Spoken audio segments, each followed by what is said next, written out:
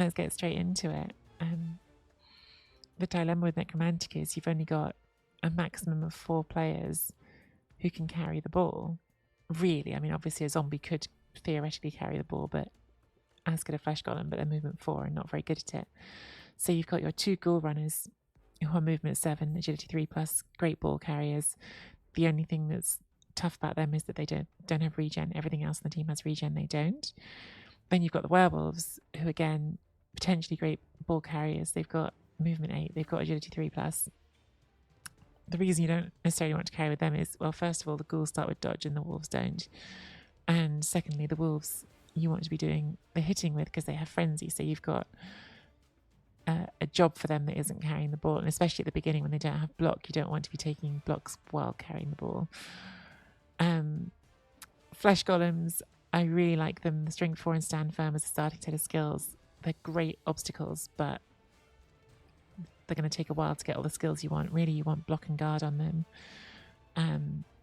And wraiths, again, I love them as starting pieces. I think the block and sidestep and foul appearance just makes them so annoying to play against. They're such a good defensive team because between flesh golem standing firm, these having foul appearance and sidestep, they're a really hard team to push into on offense. But the wraiths have no hands, so you're spending another, if you want both of them, which you do, you're spending another 190,000 on 2 players who can't ever carry the ball. So I actually have not looked at any team guides for this. I should have done. So I'm just going to work out how things cost as we go. You're seeing me. Hopefully this is an interesting experience. I'm someone who has played quite a lot of Blood Bowl, but who doesn't know this team specifically. So you're going to watch me work this team out in real time as we go. So let's just start with the dream build, which is we're going to take all the positionals. I know we're not going to be able to afford all this. We take enough zombies to get to 11. That gives us 0 rerolls. 0 rerolls with 2 dodge and 2 block sounds like a bad idea. You've seen me on this stream do 0 reroll starts with Wood Elves before. That's different because Wood Elves have 2 blodges out of the box. They have, in that 0 reroll build, a tree who's an amazing roadblock. They have, 2 blodges, 2 catches with dodge, a thrower with pass skill, and they have 2+ to do anything. So even then it's very risky, but they're a team who can get away with it a lot. I don't think this team can, so we've got to drop something. I've seen people do this, drop both ghouls and go to 1 wolf, which is what Rightful is suggesting. Go to 11 players, and that gets you 3 rerolls right away, which does seem like a lot more reliable. What I like here is I think the flesh golems and wraiths, the 2 players who you most want skills on, who are hardest to get skills on, because neither of them, well, this can't carry the ball at all, so you can't force a touchdown onto a wraith. So the longer you have that, the more chance it'll get its SPP through MVPs and blocking. Golems, you theoretically can hand them the ball, but it's hard to do. So again, it's nice to get them early, give them more chance to land those MVPs or to get casualties. What I don't like about this is if that werewolf gets hurt, you literally don't have a ball carrier. Like if that wolf gets hit, and it is going to have to do dodges and get hit sometimes, it's not always going to get away with having an easy life, then that ball carrier doesn't exist. And then who's carrying the ball? Literally no one. It's like a zombie or a golem. So I don't like this start. I've definitely seen people do it. So I think we're dropping at least 1 reroll. If we drop 1 reroll, that gives 75,000. You could do 1 ghoul and 1 werewolf. That already feels better to me. That might even be what I do. 2 rerolls definitely feels light, but it's an option, I think. Thulian says the 1 wolf start. I've just seen in chat. So this is a 1 wolf start that gives you 1 ghoul. I think this might be it for me. I don't know how else I would do it. I'd love to have both wolves, but they're so expensive. I could definitely see like saying, hey, the ghouls are players who are going to get skills quickly, and so you don't need them right at the beginning. But they're just much more affordable if you want a second ball carrier. The only other options really available are dropping a flesh golem or wraith, which I don't think makes sense to do. Or going to one reroll, which feels really bad. We've got 12. I didn't realize we're 12 right now. Yes, actually. Well, then that definitely changes my options. I thought I only had... I thought I had 11 there. So maybe do that and go hard on fans. That will help us buy things quicker. I don't hate it. I don't hate it, actually. The other thing with this is we'll get... If we play anyone who's on a million TV, we'll get 2 assistant coaches, which might get us an extra reroll. I think I'm going to try this. I don't know if it's the best way to go. As I say, what you're watching here is someone who plays a fair bit of Blood Bowl, but doesn't know this team specifically. So it's going to be a learning experience that we go through together. I'm going to give this a try. So 1 wolf, 1 ghoul. We've got 2 fleshies and 2 wraiths. We've got 11 players, and we've got 2 rerolls and 4 dedicated fans.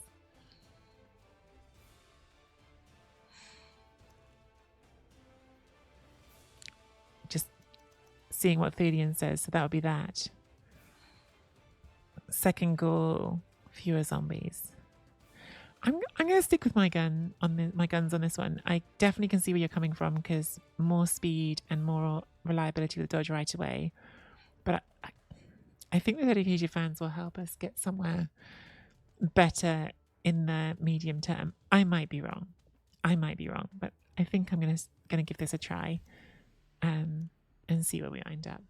Thelian almost certainly does know what he's talking about because probably has played them in Fumble and knows better.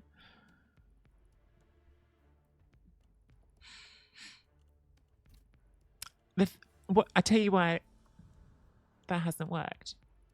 What happened there? Oh, it has worked. I tell you why I like it this way around.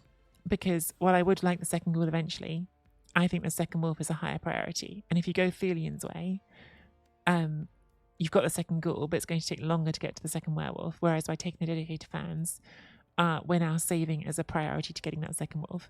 That's my thinking. Whether or not it's correct, who knows? I mean, maybe Thelian knows, but I don't know, and I'm going to learn by doing, because I'm also a big believer in that. I'm always saying that to people. Don't just blindly trust other people's opinions on what to do with your team. Give things a try and work it out.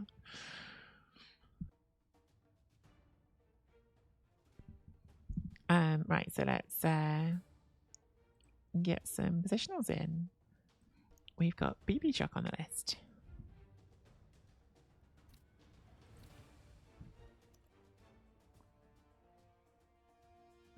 We've got Raven on the list.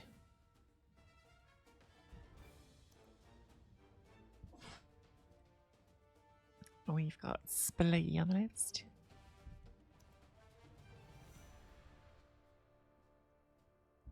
We've got Dubious Mongoose on the list. We've got Hargrim the Werewolf. And we've got Lady LaFay as our ghoul. And we move on to the Lyman. We've got Luago as a Zombo. We've got Shambo.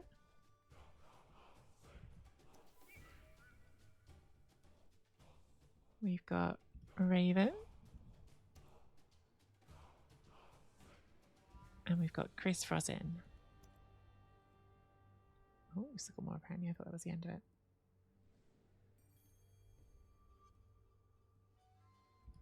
We've got Mr. Bopnut. There we go. All right. Then we're going to go to customization. We need to pick some colors. We have some new... Yeah, we got some new logos. I like the name of this one. Surprise Coffin!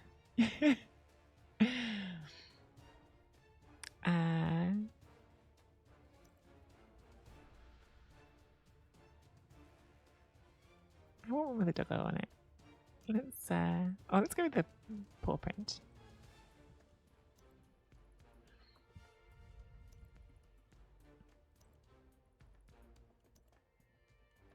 Pile of skulls feels fitting. And then what colour should we use for this one?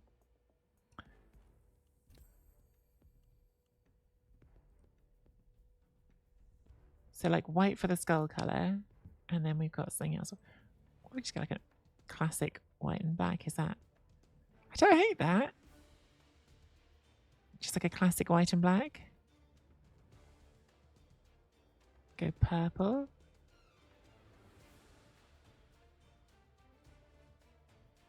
Hey, Breaky TT. I think we're going with the classic white and black, and then the third colour is our like flare colour.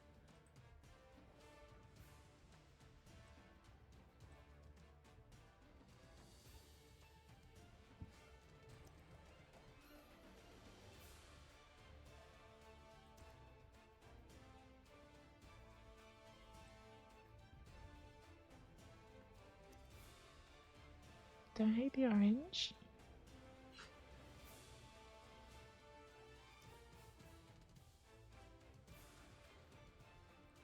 Oh, I quite like the yellow. Yeah, yellow. White and black with the yellow highlights. It looks kind of electric. I like that. Okay, those are our colours. Cheerleaders. We have to unlock the necromantic ones. So let's start with the undead ones because they feel fitting. Coaches. Who don't we use very often? Let's do Bryce the Slice. Fit the theme. Pitch. I'm going to stick with the elf pitches because they're clear to read. Let's do the canyon for once because I always do the seashore. We'll go with the undead zones because we haven't got the necro ones yet, so that's fitting. Ball. Undead ball.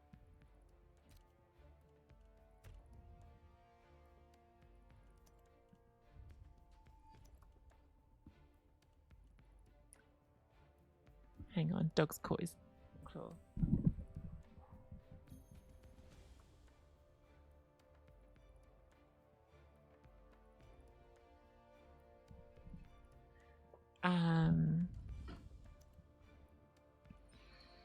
Try our fancy skulls dice. All right.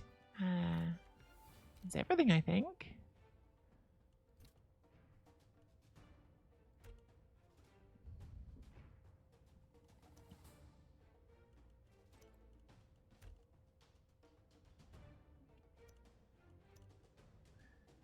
All right, let's bring on the Wolfnicorn. How long till we play our first Necromantic Mirror? Counting down to a Necromantic Mirror game in. How many games have we got going on? 12 pages, so that's definitely more than we would have had pre-cosplay on a weekday at this time. Hope that stays up. So I think these ones are crossplay. The little people with the wobble arrows. Because those are Steam logos. So there's quite a few people who aren't playing off Steam. That's definitely a change from the old things. It'd be really great if the crossplay does bring that bump in the player base that everyone's hoping it will.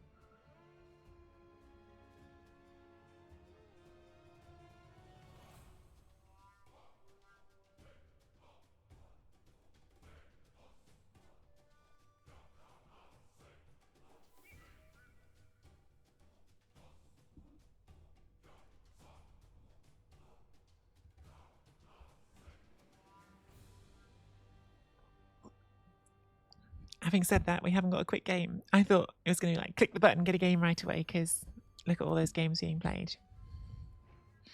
I have seen people on the Discord saying that for console players, it's been much quicker spins than what they've been used to. Hey, Mr. Bobnut, how are you? Interesting conversation over in Andy's Discord about cheat sheets. There might be some people in here who have an opinion on it.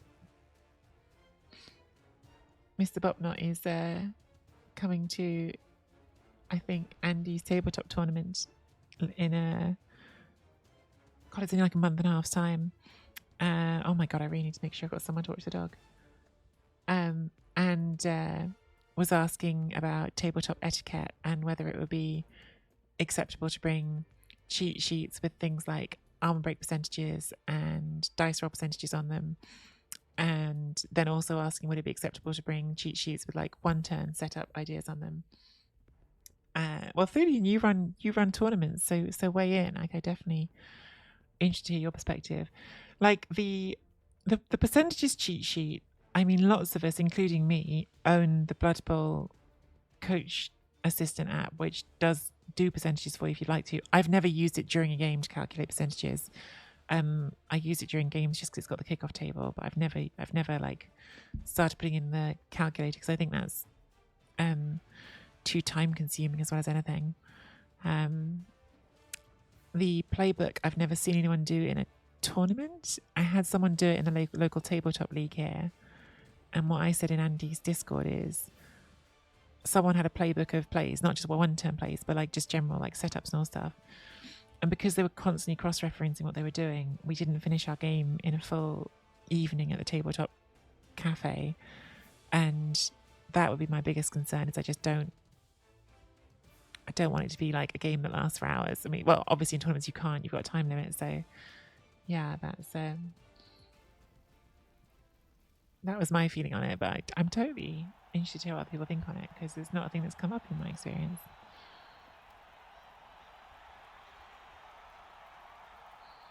A related question while we wait. I've played one tabletop game so far. I've got 2 more lined up. How do I get faster? The real answer to that is practice, Mr. Bobnut. There's no like shorthand for it. The more games you play, the quicker you'll get. But I would say that one thing you will work out the more you play is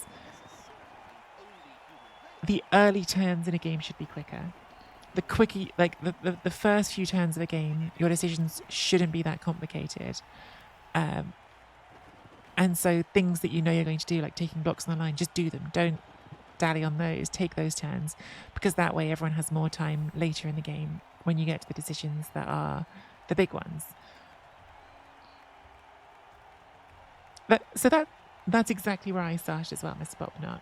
And I think some people are a bit uncharitable with that stuff. Like when I was first playing, it was super casual with friends.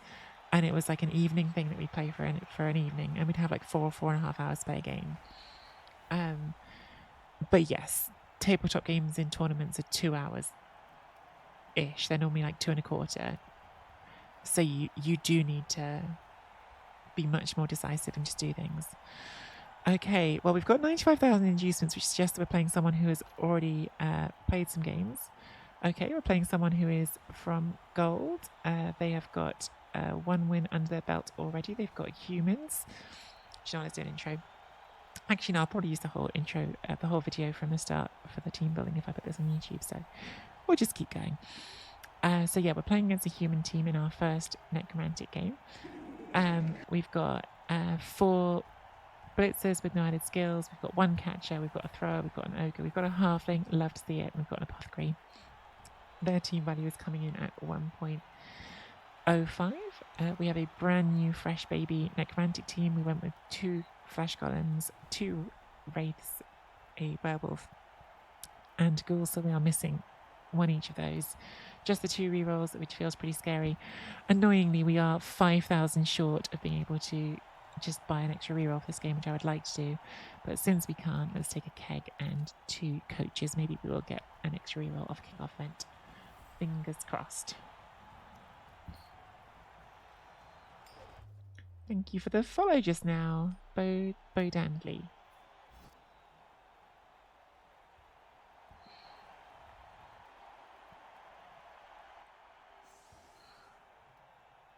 Yeah, that's how I feel, Thulian. Like tournament, tabletop league games taking 4 hours, I think is totally fine, because you're going to be there to hang out and have a chat.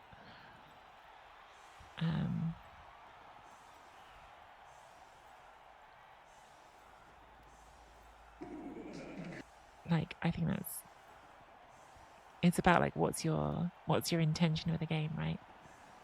And I think if your intention is to have a nice social experience, which tabletop, I think, in like local leagues. It's exactly what it's about for me. All right, so I don't know exactly how I want to set up with this, but this I saw from watching other people streaming last night, variations on this. Oh, I don't have the colorblind. I saw variations on this. We've, do you know, I liked this color scheme on our team when it was on the thing, but to look at here is really hard. We've got our 2 flesh golems. We've got our wraiths behind them. We're just protecting the 2 positionals. These are both quite hard to hit because you've got the strength 4 here. You've got the block size set file appearance there. So we're not really giving them great blitzes. We're giving them the line because you have to. We're not giving them great blitzes after that.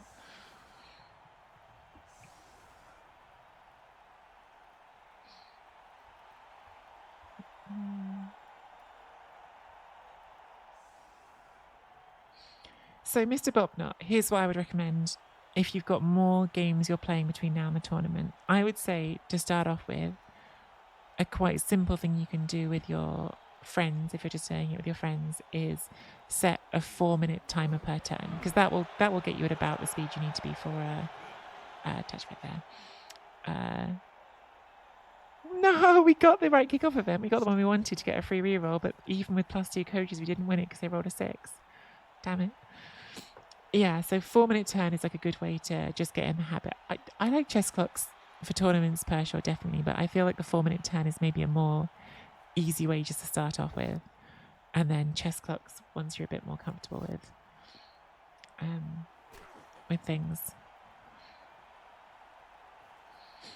Chess clocks are better, I think, in the long run, because in the same way as the time bank in Blood Bowl 3, it means you can save the time you need for the important turns.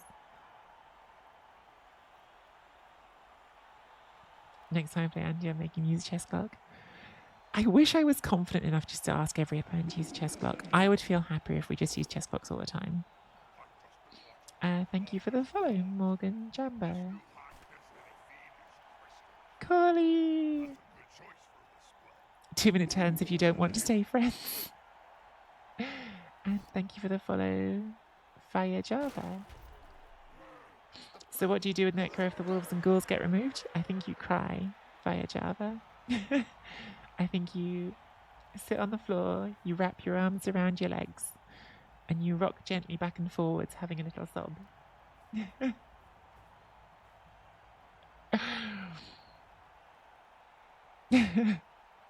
I do that anyway. Yes, it's really hard. It's one of the things that makes this team interesting, but I think quite challenging. I've been saying since the start of this stream, I know you just came in, like I'm someone who's played a lot of Blood Bowl, but I actually haven't played this team specifically really at all. So it's a learning experience for me as well. Certainly playing against Necromantic, if there's ever a chance to get rid of those players, that's like a big priority, is getting rid of those ball carriers, because once they're gone, they're gone. Right, what can we do here? I think I've got to turn the colorblind mode back on because we're mostly white and our opponent is mostly white. It's not easy to see. I think we need to jam in with the flesh golems definitely, and with the wraiths probably, and just make them roll bad dice. But it's scary because that can backfire, right?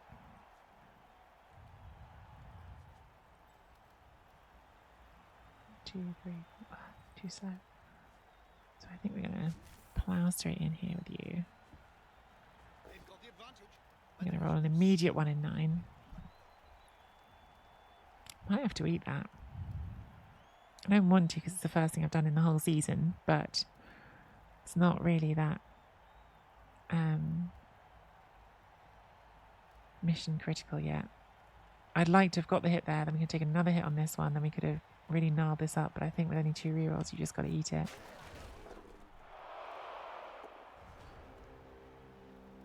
Do at least stun their player.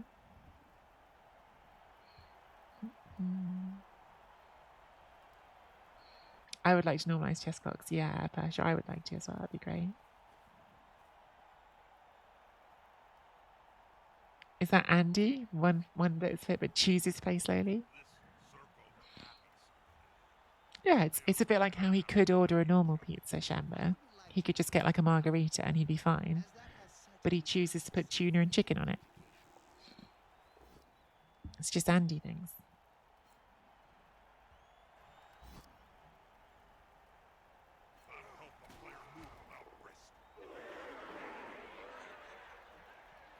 One of the reasons that I really like the Wraiths as Necromantic and I think they're a nightmare to play against is, so you saw there, it worked for them, they got the hit that time, it was fine. But because of foul appearance and because most teams are strength 3, when you're trying to blitz it, you have to base it first and then find out if you're going to fail the foul appearance. So sometimes they're going to get free hits because the person blitzing rolls a 1 on the foul appearance and they've left someone base next to you to give them the assist. Yeah, but Blitz Pit was 1 minute turns. It was super intense. I never got to play in a Blitz Pit, which I was sad about. Because they always wound up being on times I couldn't do. I wonder if you could run a Blitz Pit for Blood Bowl 3. Like, obviously with the time bank it would have to work a bit differently. But...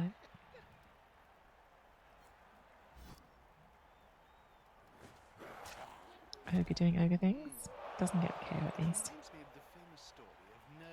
Andy's pizza order in Genoa made me laugh. Hello, just ham please. That does sound like an Andy order. Right, you just have to stand up. Be a flesh golem. Be in the way. I think you as a zombie also just need to stand up and be a zombie. Be in the way. Is there a way through here on the ball? Feels like there should be, but there maybe isn't.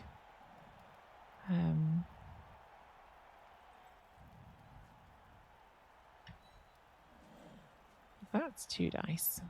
And then that would be 2 dice. But I think we probably still won't have a way through on the ball after that.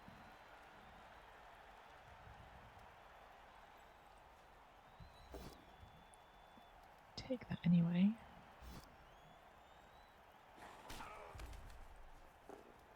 That's not 2 dice. I thought that was going to be 2 dice, and it definitely isn't. The reason I thought that was going to be 2 dice is because I can't count. Fine.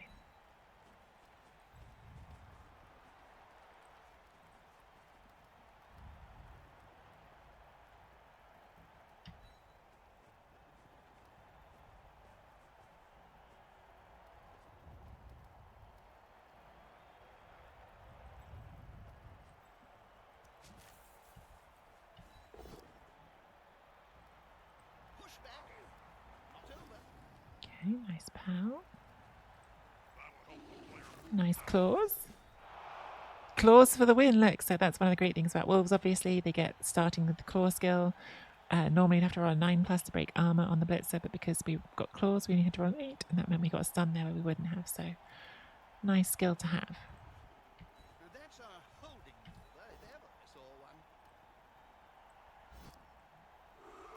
Wraith doesn't need claws, just punches that human anyway.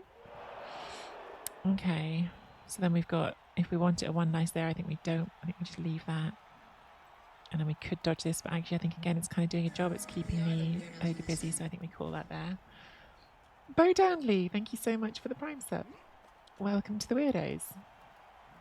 I think Bo Danley, maybe it's Bo Danley.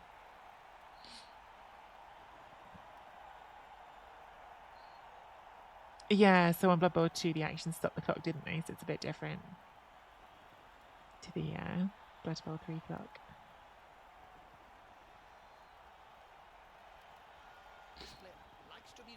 I got it. So Bo Danley. They just 1 dice the flesh golem. That is rude. Oh, they 1 dice it and broke armor. That's extra rude. And they KO'd it. Okay. That's very annoying. That's very, very annoying. That's a 10+ armor break into a KO on a 1 dice. Oh, wow. That flesh golem's not had a great start to the game. Rolled an BB Jock, rolled an instant 1 in 9 on the first block, and then got KO'd on a 1 dice on turn 3. Do better, BB Jock. I expect more. From Team Scotland's captain. Is he captain? I assume he's captain.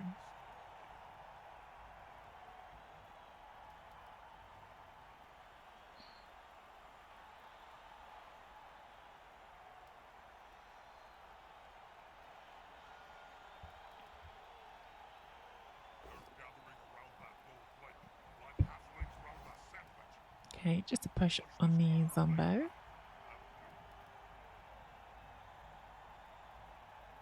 Hopefully we'll get a bit more pressure next turn because these players are all free.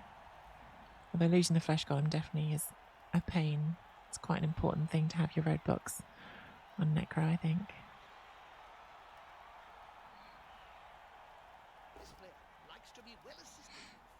Gets a power on the Zombo. Oh my god. Doesn't feel like the dice are being very kind to us, but that does regen.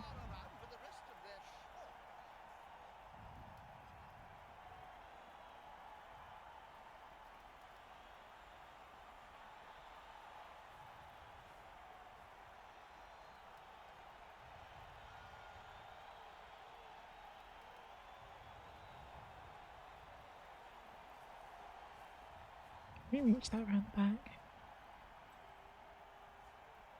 No, not really.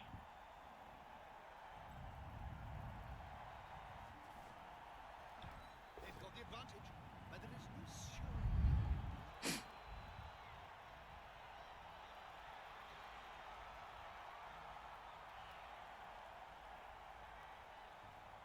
That is as slippery as an eel, but not quite as cuddly. Look at all those players sitting there. There'll be trouble with the units if this We need a removal back at this point because we're down 2.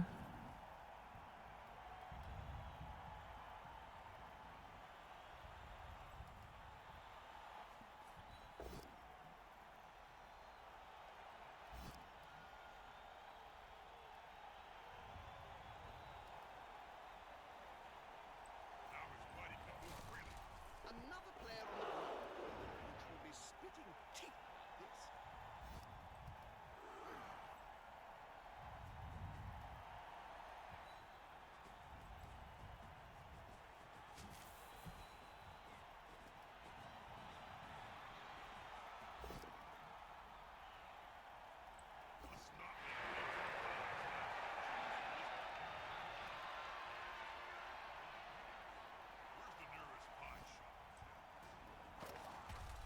If I had a gold crown for every player I've seen lying on the field during my career, well, I could start my own team.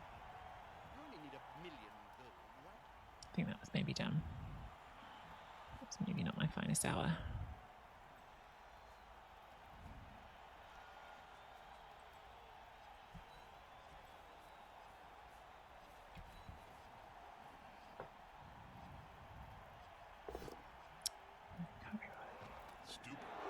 I was thinking if we could get that sidestep on block on sidestep and foul appearance on the ball could have been quite annoying for them to have to deal with, but not to be. Not to be.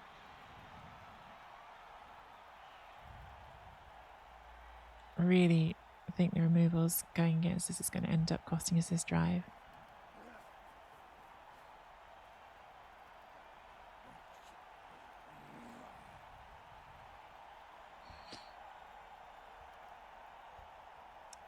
Jock's first captain was tackle solo, really? But he's really good. Is that just because Scotland were doing their own different things? It can't be about how good he is, because he's definitely very good. We brought in an assist here to hit the ogre and then still did a 2 dice. I thought we were going to do stand that up and get a 3 dice, but I guess they want this one free to then give you a 2 dice on the wolf.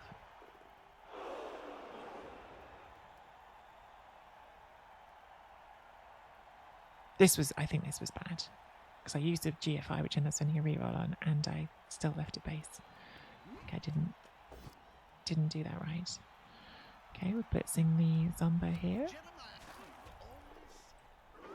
Got some extra movement to bring around.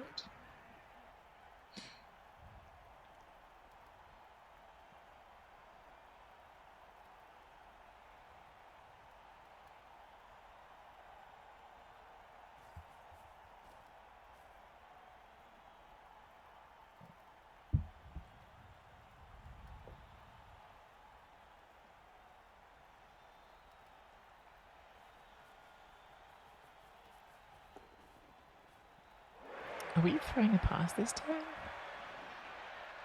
don't think we needed to, but now you've moved this here. I think maybe you do need to now because the ball's otherwise not going to be, super safe. Okay, comes round. Fails the pass initially. Tried something. Rolls a 1. All right, now we're in business. Now we are in business. So we'll clear the flesh golem with that. Perfect. Get a casualty, even more perfect. Oh, it's on the wraith as well. Those are the ones we most want to get SVP on. Does use the apo. Should have done that right away. Stand that up. And let's stand that up to tie up the ogre. So I'd love to do the surf with the wolf, but the wolf is not free right now. So I think we're just going in with the flesh golem here. Can't use that yet because we want to pick up. So anything to do with this zombo first. Not sure that there is, to be honest. Guess I could go here. But everything else is going through tackle zones. Ogre's already got someone on it.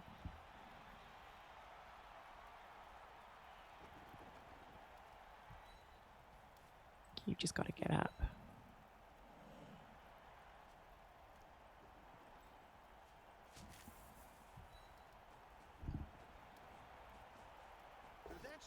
Nice pals.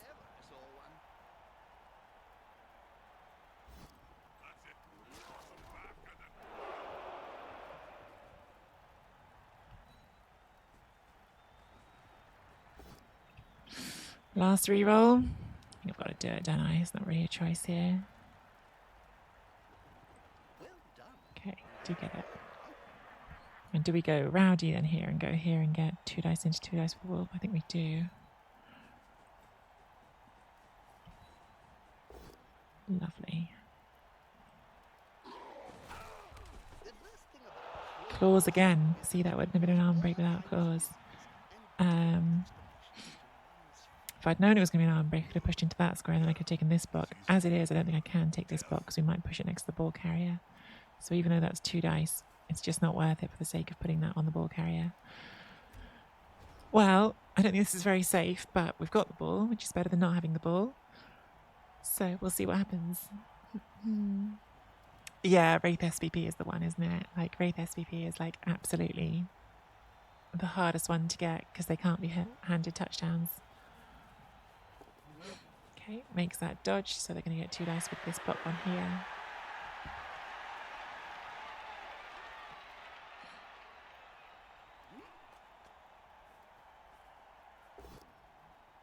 Immediate pals. Hoping dodge might at least force a reroll out of them. Immediate dead ghoul. Rip team. So the decision to take a ghoul has fully backfired. This might be a restarted team already. But we'll play out the game. Morning, Virian.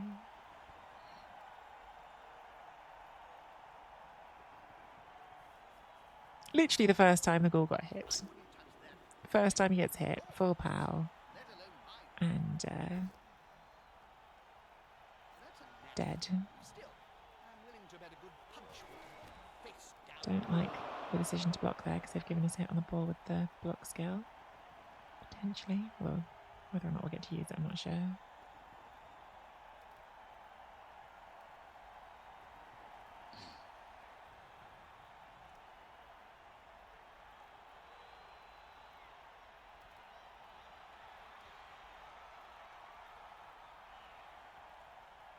We've just been really hard outbashed, to be honest with you. Like, our opponent has rolled much more successfully on armor and injury than we have. Which is frustrating.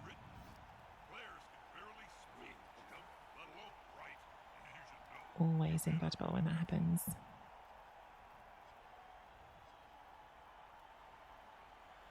I think you probably get this up and try to dodge it. You don't want to just get it up because then it gets served, but you also don't want to just let this have a free hit on the ball. Yeah, successful dodges. And that probably is the end of that for the drive.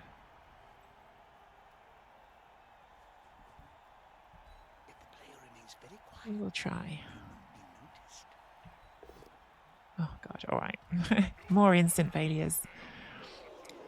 I think I'm within my rights to say the dice have been pretty bad. I think I'm within my rights to say that at this point, especially with the dead ghoul, just literally the first time it got touched.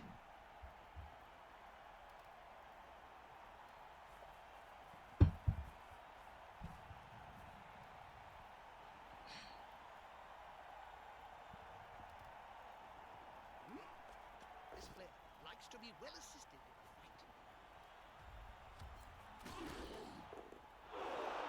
Probably foul that if I was them now. Because if you foul that, then I've got literally no ball carry for the rest of the game.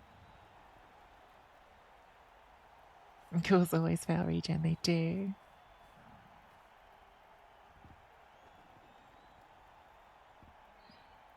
This is going to be decisive.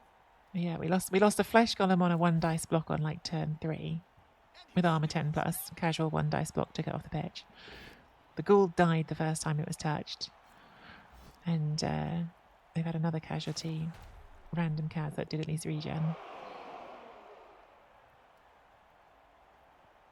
They've high rolled a lot on the armor and injury.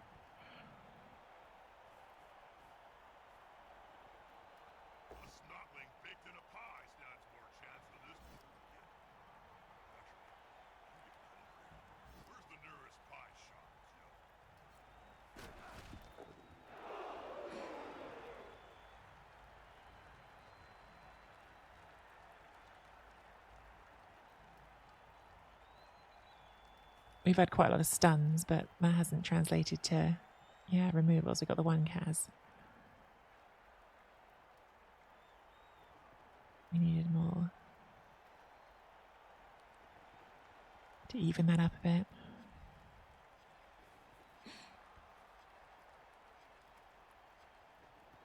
Oh, there's the second half to come. Maybe things will get better.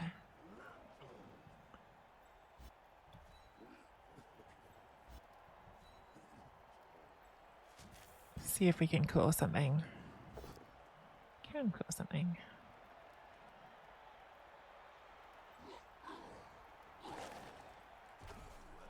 That animation is very dramatic, and it starts off quite fun, but I do worry it's going to get very repetitive feeling.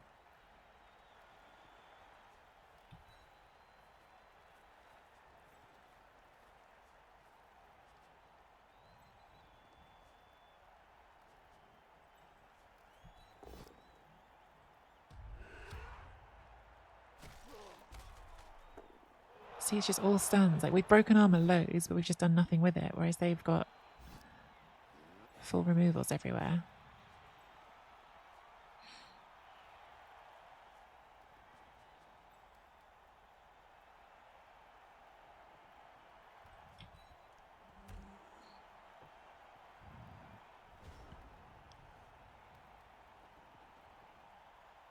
What part don't X3 sponsoring the sport when you were playing, Bob? Polishing cream manufacturer? No, I got no idea. Takes a score on turn 7. I don't hate that for them. It's pretty hard for me to score in 2 turns with only 1 edgy 3 player. At least the flesh golem came back, so we're on 10. I think we could have taken a block before scoring. Slightly surprised he didn't take a block. But yeah, it's almost impossible for me to 2-turn because you'd have to get the wolf in range to do this, to do the touchdown. But then who's giving the ball to the wolf?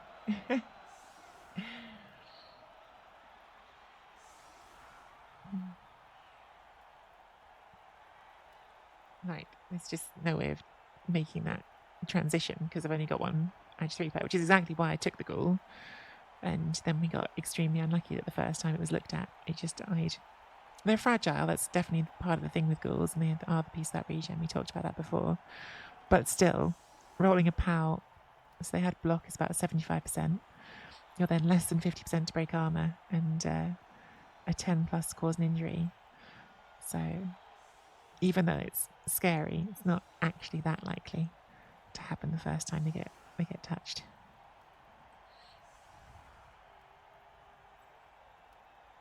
I think we just have to hope for a touchback, really, don't we? Because without touchback, it's just no one's going to be able to get the ball forward.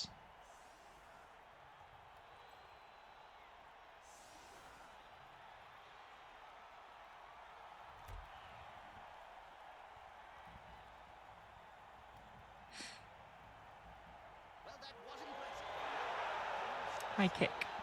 Maybe this zombie can be a hero. Oh, you never know. You never know, guys. It's possible. We will try because it's possible. But first we're taking our hits because they're much more likely. Thanks for the follow. Nice bloke.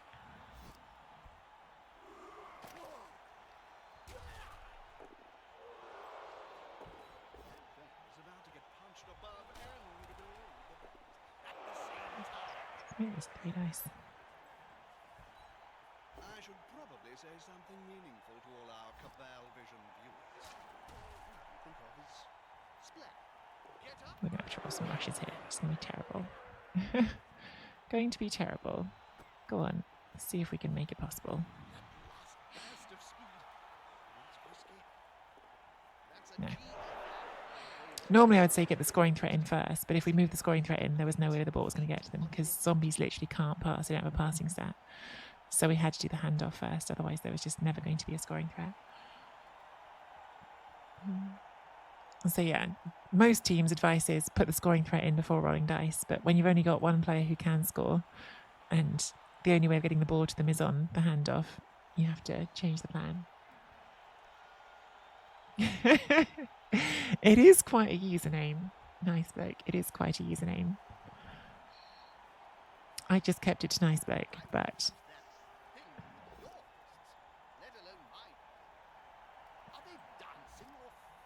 might as well have re-rolled that given it's turn 8. Give me a block on your catcher now.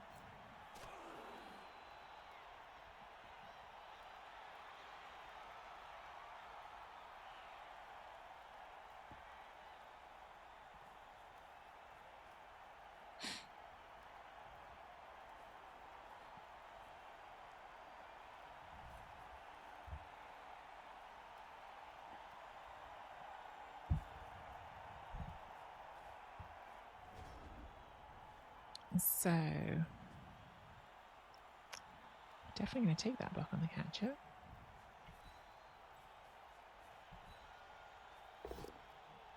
Which is not a POW.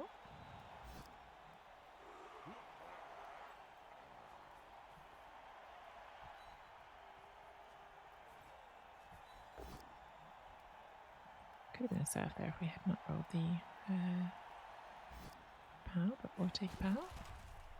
If I had a gold club for every player I've seen lying on the field during my career, well, I could start my own team. You only need 1 million gold, right? I think it's 2 into 2. We fill the square here.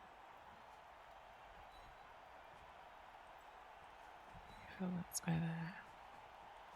We start with 2. I'll have no assist in the second one, so yeah, it's 2 into 2.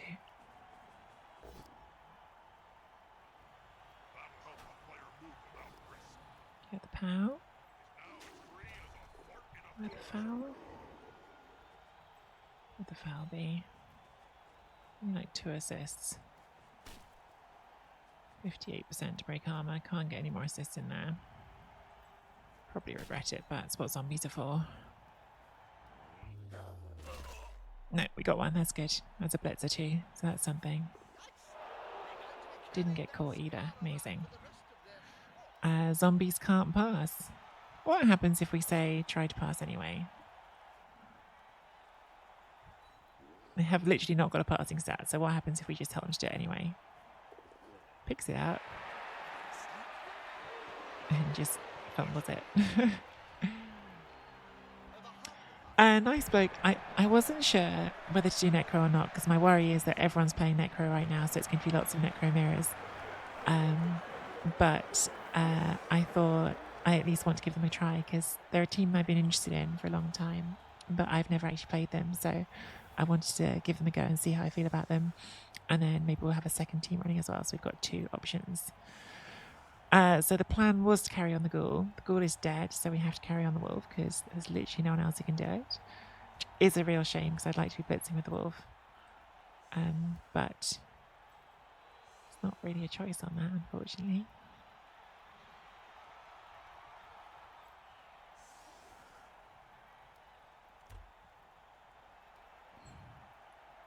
So yeah, we won't do only Necro this season. We'll mix it up, but we've got to start with some Necro.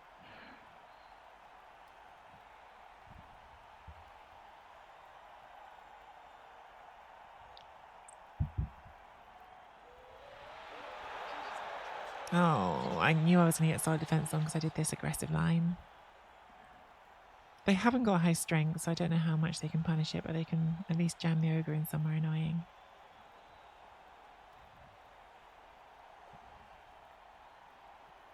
I just wanted to absolutely maximise my hits because we're at the beginning of the team and I'd like to get SVP. But yeah, ogre does indeed come in somewhere annoying. Okay. That's just going to give us an extra hit. So we don't hate that one as much. Halfling. Might have a chance to hit that halfling now. We'll see.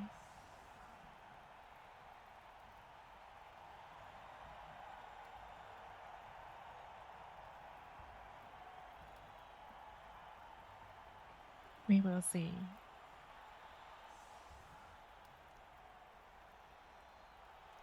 Oh, we'll definitely have a chance to hit if you put it there. Ignore the ball and serve the halfling.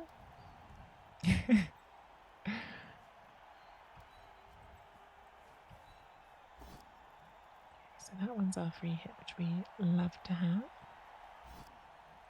Looks like the players have finally remembered we're not Okay. Just think about how we're doing this block. So there's a world here where we can get a 1 dice hit on the ogre, and I think we need to try to live in that world. So hoping we can power that, and then we could hit it with that. So we need to not use this one, but I think we can still block down the line from here.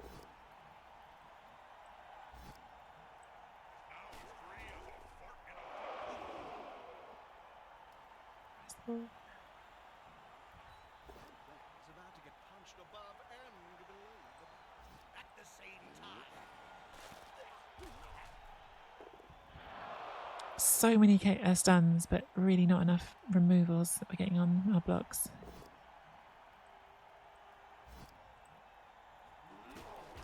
Okay, so we've got 1 dice here, which is better than nothing.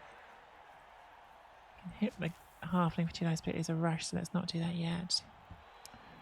This is a 2+, the ball pickup is a 3+, so I think we actually are doing this next. Very nice. Relieved for that.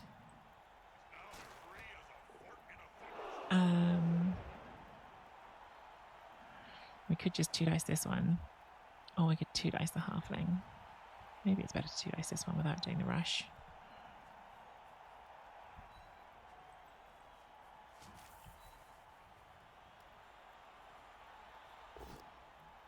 Okay, we did roll some good blocking dice at least this turn.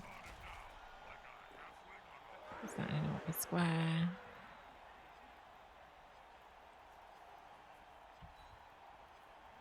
Okay, see if we can pick the ball up.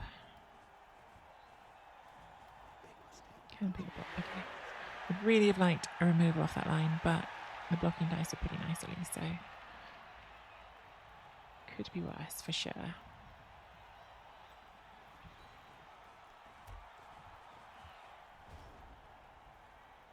Yeah, no surf because I have to use my wolf as my ball carrier because the ghoul got looked at once and died. Got seen in just immediate full death. Sad times. I guess this is an argument in favour of a roster with 2 wolves, but as we talked through at the start of the stream, there's so much you give up to get that second wolf. It's difficult. Oh yeah, dead. It literally got blocked once and just died. It's there.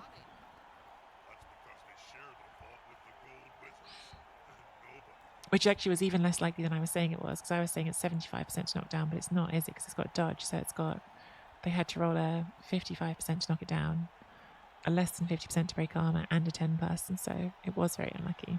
Even though ghouls are your fragile pieces, to have it die straight away is very unlucky.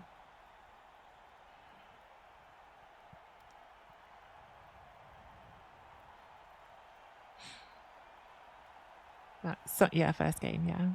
Sometimes we're unlucky, hey, that's Bud Bowl.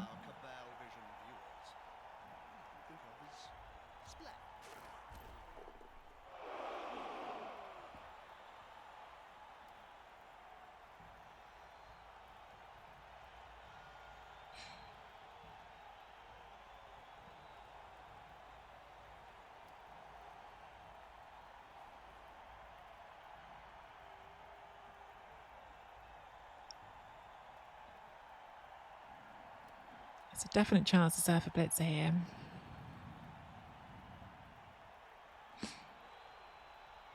Which we are interested in. At least no. Do you know what? There you go. Always look on the bright side. Nice folks got the answer. There's the optimistic take. Touchdowns are coming. Studio Okay, so visitors you're must standing wait up. one more before the final whistle. You're just punching here, I think, to free this zombie up. It doesn't have block, so we can use block.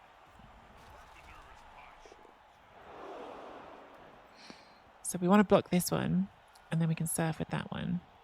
So we need someone in here. I don't want it to be you, though, because then... no, I need you free things, so we're going to have to do a rush. Which I low-key hate, but I think I have to do. I need to cancel that out. I knew this was going to be a 1. I just absolutely knew it was going to be a 1.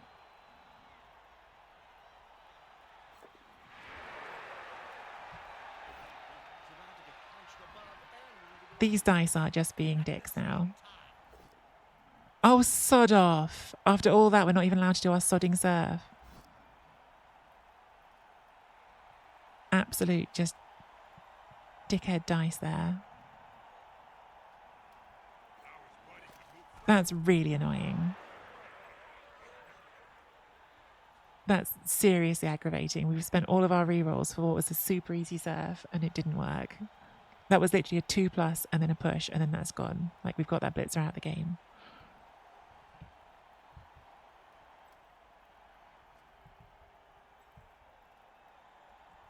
I'm so annoyed that didn't work. We are getting extremely unlucky now on these dice.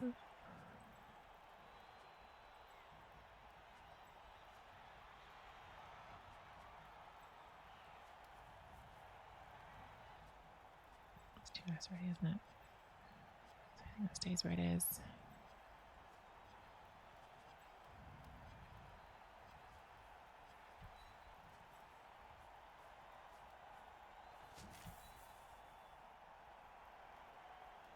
A good coach always uses right player, right job.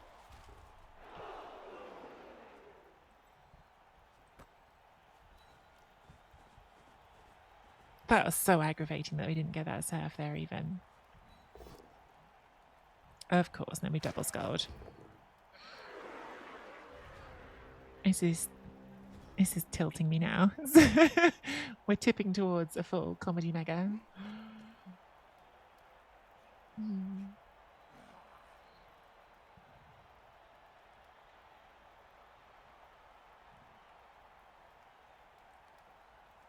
They just left us that serve. That was a really easy serve. It was not a hard serve. And the dice were just like, yeah, no. What pass don't X3 F you in particular. when you were playing Bob? Well, polishing cream manufacturer. This ogre also has not failed anything the entire game. No idea where these guys came from. Let's take a No 1s and no 1 in 9s. unmistakable sign in the player's eyes, rolling up into his head. He'll be up for some time.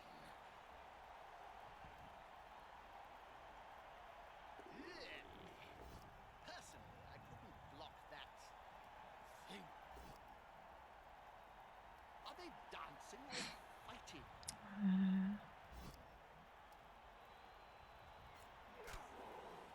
Well, we'll try again to serve it then.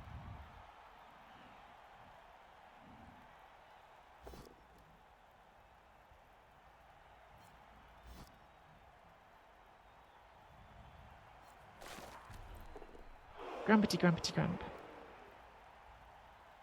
So, what's second team this season? I have this terrible itch to try nobility in ladder. I've played nobility before, but in ladder, which I think I may regret, but that is honestly the one that I'm feeling at the moment. Like I'd quite like to do. It's annoying. I mean, this is just a loss. There's not really any way out of this now. This is just a loss. It's said there is no safer place for your money. That's because they share the vault with the gold wizards, and nobody's gonna steal from them. That player should punch the other enemy players quickly before trying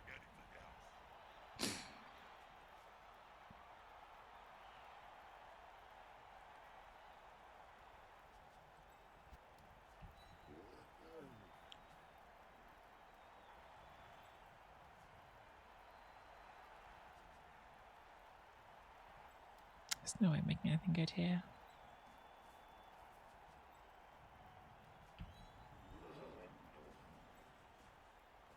They've got the advantage, but there is no sure thing in blood.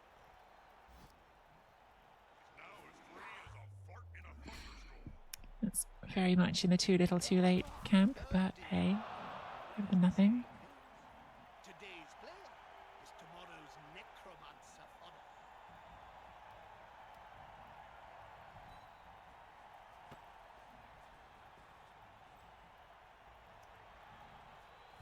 I think the werewolf. Oh my god. Would you like to go down to the beach? Another double skull.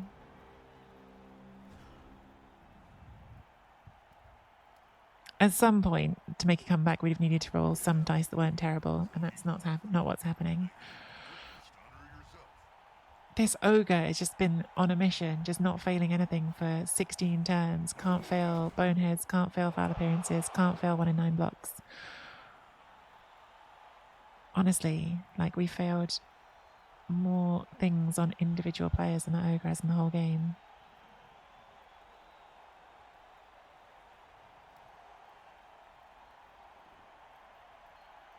I don't know why I'm singling out the ogre. They haven't failed much on any player, to be honest. They failed that pass, which for a moment looked like it was going to give us a chance. Other than that, their dice have been very good.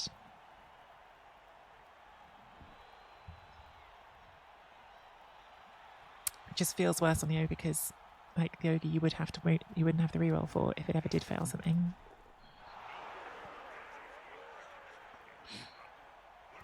Oh well. We'll have a look at the team at the end and see if it's worth a restart. The dead ghoul makes me think it might be worth just starting over.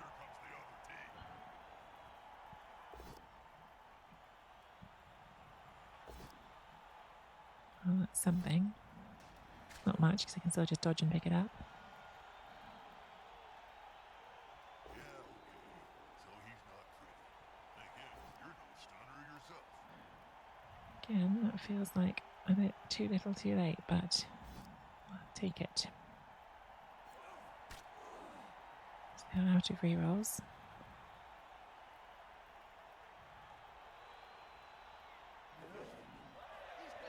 But it doesn't matter.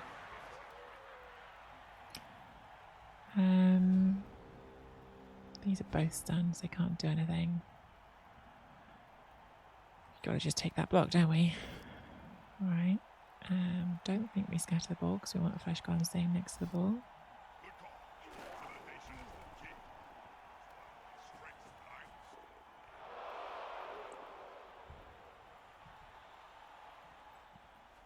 and It has to stand up. This is our blitz, so we can at least put another tackle zone on the ball.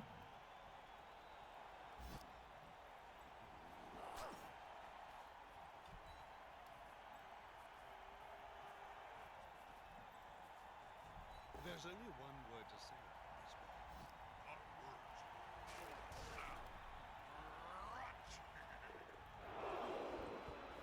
I'll try and dodge you because you're not really that helpful over there. Okay. That's a good choice for this play. That player's a little short. Oh no, mine is okay. He's on the ground. Well, at least they're out of rerolls. Those unstunned, so maybe next turn if this board doesn't get stolen, there's a chance. Maybe. Still not optimistic, but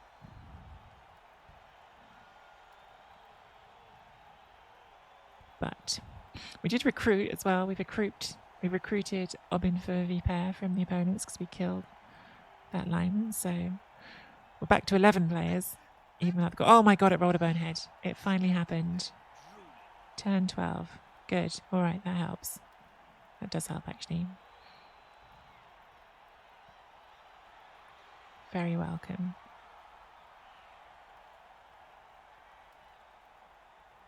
They can get 2 dice on this flesh golem by bringing the catcher and the halfling in. So blitz that and then try and pick up on a 4+. Probably what I'd go for because you've got a sure hand still. Although obviously that relies on that actually falling over.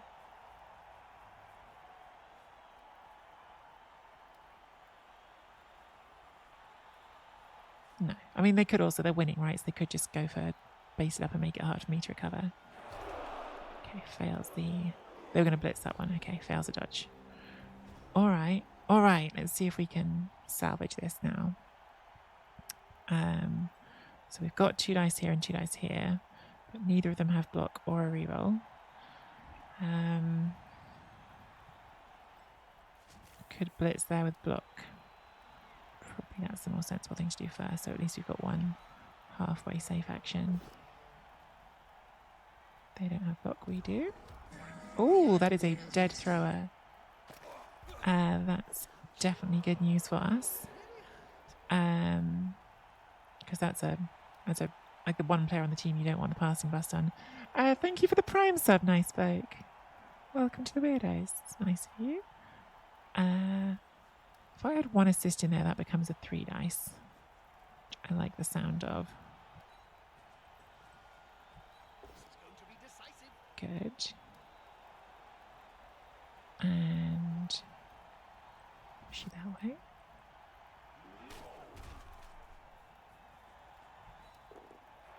This is still going to be a 2 dice. But we have to take what we can get. And we get a 1 in 9. Both KO'd. Ugh. I guess I could have brought the wolf up and made it a 3 dice, but that would have meant no pick up that turn. I wanted to try for the pick up that turn. Maybe it was worth doing that and having the 3 dice.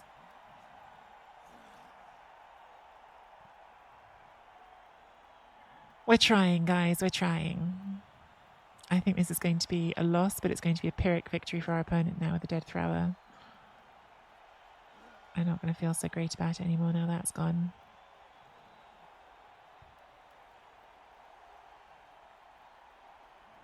So nobody wins. Classic Blood Bowl. Purest Blood Bowl is nobody really wins. No winners, only losers.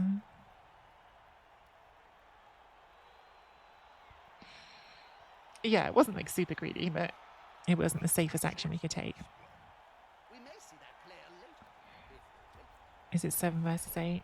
We are on 10, 9, 8, 7. They are on 12, 11, 10. Yeah, so 7 for us, base 8 for them, I think.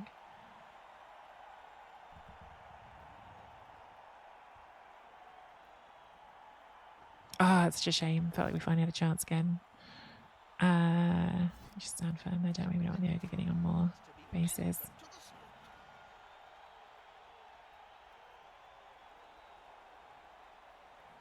Just needed to push that halfling and we had a chance.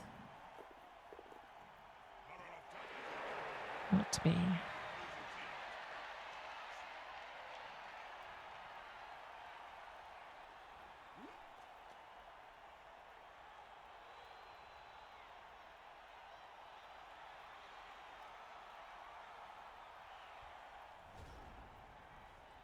One dice now, isn't it? We're going to have to do a 1 dice, I think, because we can stand that up and make this a 2 dice, but then we've got nothing to the ball afterwards. So I think what we need to do is to try the 1 dice with you because it's only a 2+. Okay, that's good. And do you want to follow? Does it matter?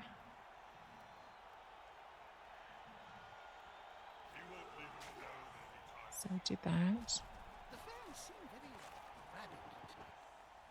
Now we get this 2 dice.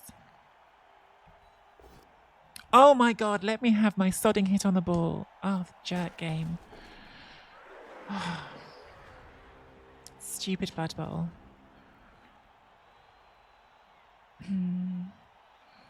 Like, we have had some dice back this half, but every important dice has failed. Like, every single time there's been an important dice to roll.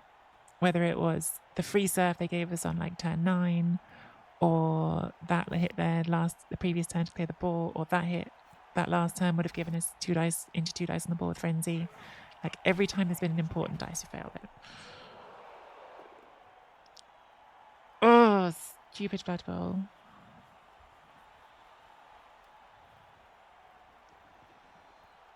Extremely aggravating game.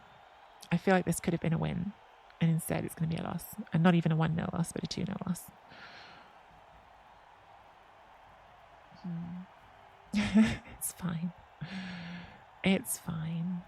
Why stop there? You just have to close your eyes, rub your nose, close the row,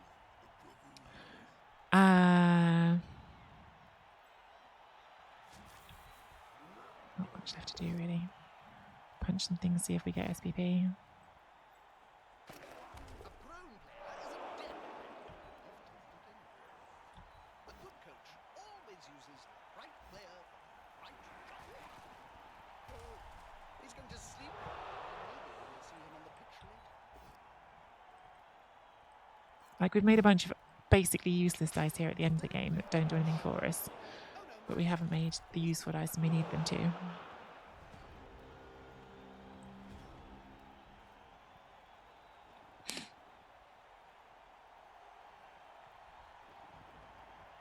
I'm not certain we've got that much good SVP. We've got 2 on this wraith. Okay, we've got 2 on both wraiths. That's quite nice, actually. That means both wraiths are MVP away from a skill, which is really big. As long as they don't die. But the dead ghoul is just such a big setback. And we've got 0 touchdowns, which means we're going to make less cash than we would have done, even though we do have some dedicated fans, which gets us some. Just, yeah, would have been nice to have a tiny bit more luck somewhere in the game. Hey, Talk, how are you? Well, they're going to give us another line of scrimmage at least, so that's at least more chances to get some SVP. Yeah, see, like, it's all these things where, like, the dice evens it up for you by giving you all your KOs on turn 16 when there's nothing to gain from it. So the dice have been, air quotes, even, but not actually anything like that.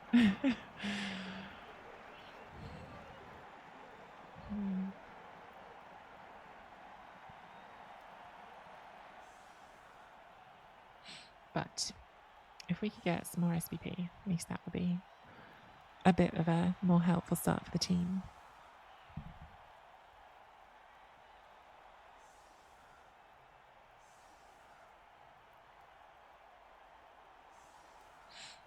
I'm not going to try 110. Too much risk of just injuring the wolf. Not with no rerolls. I'd rather just take blocks and try to get the SPP.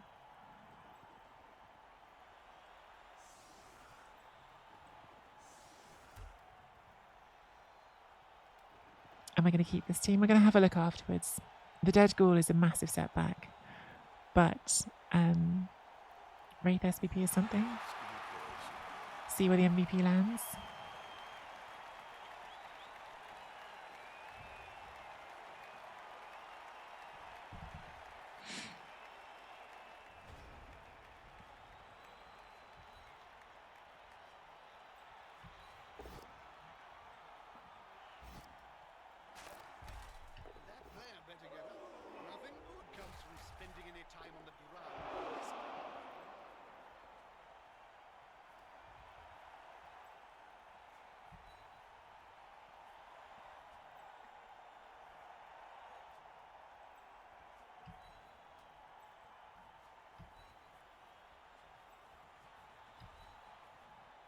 The mad doggy doesn't let up on his opponent for 1 second.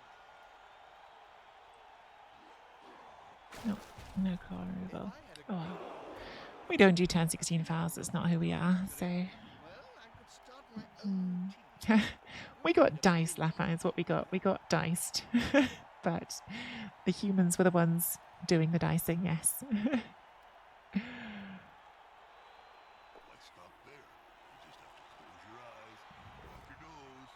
Oh, and there's their first double skull on turn 16 after we rolled, what, like 3? That's quite the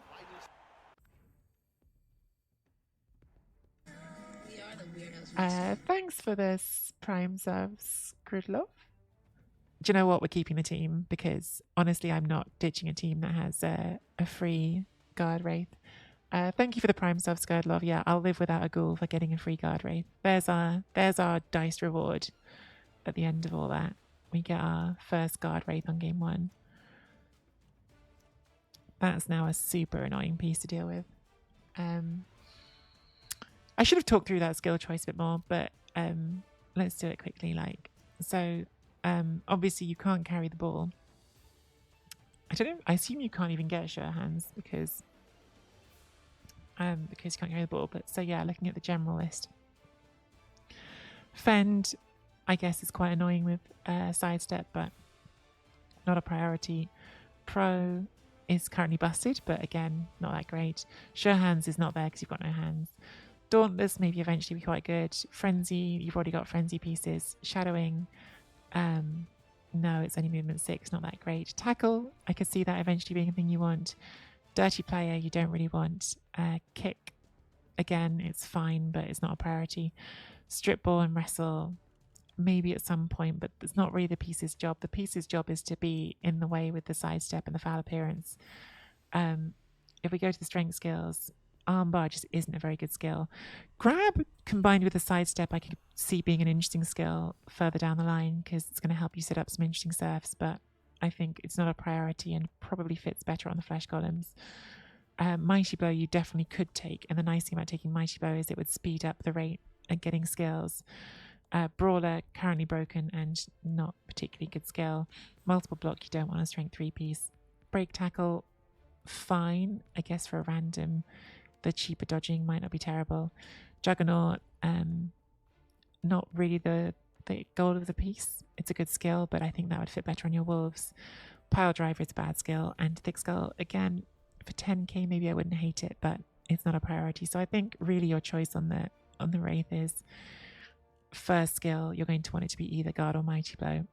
If you were in a very elf heavy environment, you might take tackle first. But I think it would have to be very elf heavy because guard is just such a nice skill on them.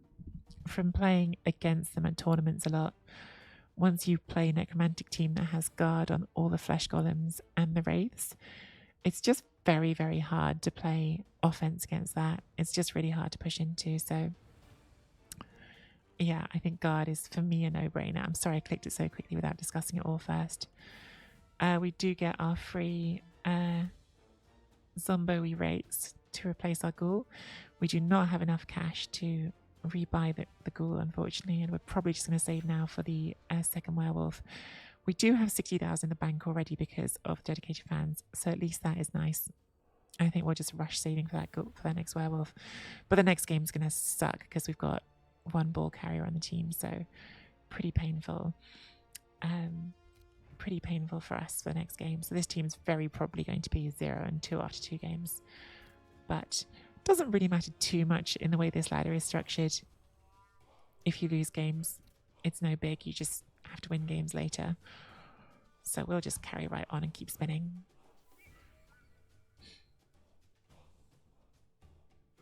Yeah, exactly. Guard with sidestep is just super, super annoying. Thelian saying guard with one after 1 game is cheating. Yeah. I think guard with one after 1 game is a trade you'd even take. If someone offered you before the game, you can have guard after 1 game, but you lose the ghoul, you might even take it because it's that good.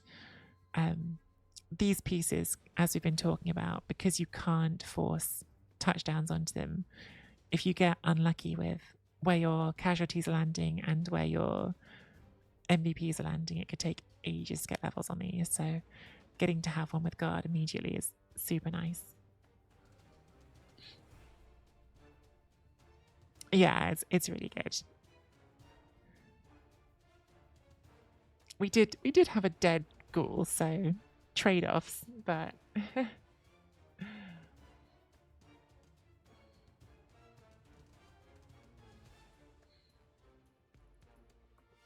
but yeah, this next game I think is going to be extremely difficult to win because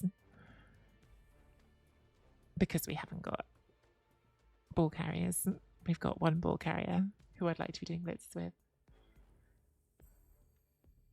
Yeah, it's 1 player via Yava, but we're going to have a second one in 1 more game's time. It's going to be 1 game of misery, and then we'll have the ghoul again next game, unless the wolf dies this game, and then the team's definitely going in the bin. But yeah, we'll have our second ball carrier next game. You can rename risen zombies, so we could rename this one. Part of me thinks we shouldn't, because that's sort of part of the fun story of the team is having the players who you've taken. Welcome back, Other teams.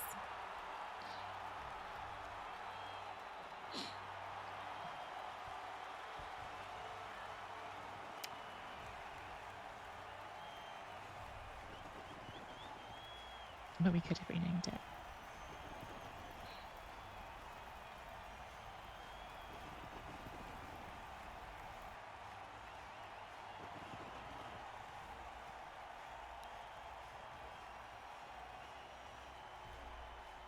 Good weather. Shame. Nothing to spice things up.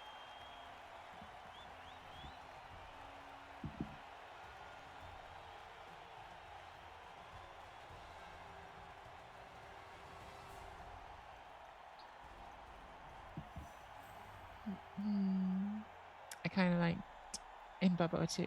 Yeah. Yeah, when it were in team names, didn't you? If you had naming schemes. Okay, so this is game number 2 of the Necromantic run. We had a pretty miserable start, but we were rewarded with a lucky guard skill on a wraith. We're going to play against some lizards. They've got 1 win from their 1 game so far. They've got a really nice start too, right? Like when you talk about getting lucky with a guard wraith after 1 game, getting a Saurus with block after 1 game is also super nice. So yeah, Saurus with block already. They've got no croc scores. They've got 1, 2, 3, 4. They've got all 6 Saurus. They've got enough skinks to 11. 1 is a loner, and they've got 2 rerolls. I wonder if they had a croc score and it's MNG'd if they've got a loner skink, because 2 rerolls, I think if you don't take the crocs, you could go to 3, but I'm not sure. We've got a not great looking necromantic team. We've got 2 flesh golems, we've got 2 wraiths, 1 has got guard, and just the 1 wolf because our ghoul died, but we thought we'd keep it going because we got the guard wraith. We'll get 1 assistant coach and inducements. How are you, Chief?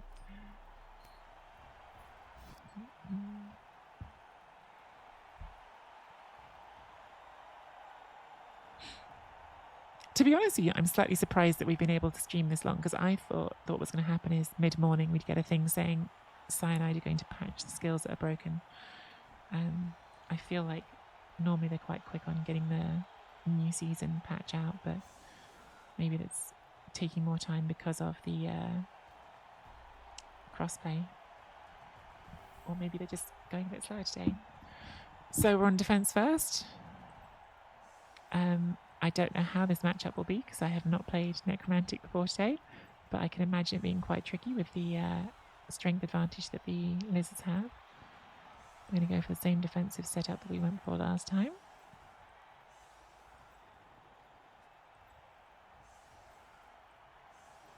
Except this time with only 1 positional to protect.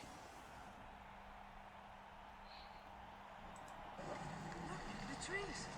They're moving. Hey, Bloodborne Nat. How are you? Thank you for the raid. How was your season 3 start? We started the season, as is tradition, by getting the absolute pants diced off us.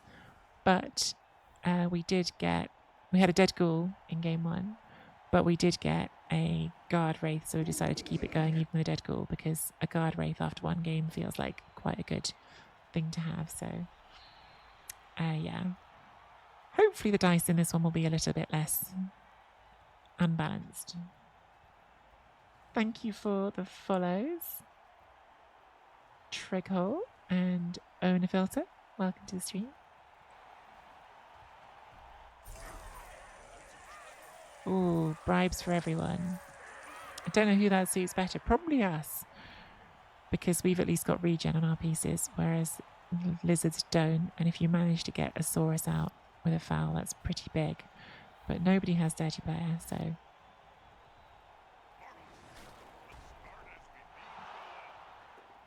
those teeth, Jim. I'll have to pick up most of them off the ground in a few seconds. And obviously they're on offense first, so they get to use it first. Hey Michelle, how are you? Yeah, there's crossplay now, which is really exciting. In fact, I think our last opponent might not have been a PC player because they didn't have the Steam symbol here. So you see these two are both Steam symbols, whereas the last opponent had a different symbol.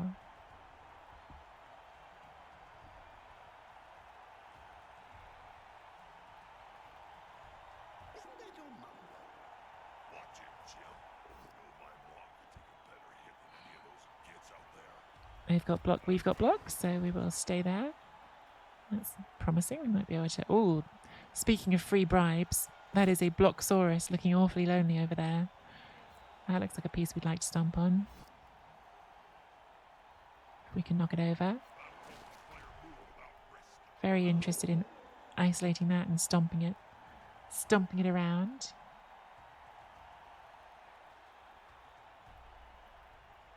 Yeah, zombies are nice pieces to foul with because everything is more important than definitely.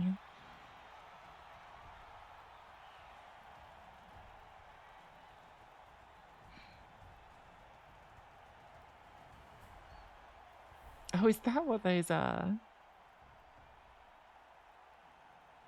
It's hard to see the undeadness on the small version, but when you click on them, you can see the undeadness more clearly.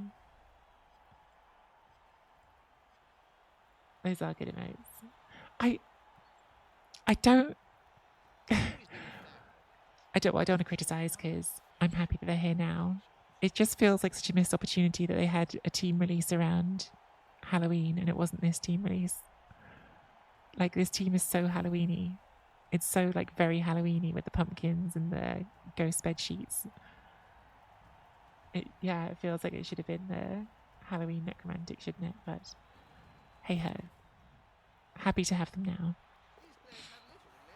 Okay, does not put the reroll on that. So if I was playing elves, I would be all about how are we going to go get that ball. But I'm not playing elves. So I've only got one player who even could get the ball. And I think we should probably just prioritise trying to murder this.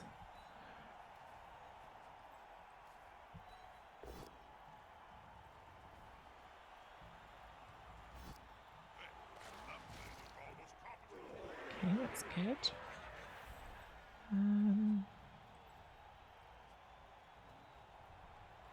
Probably blitzing.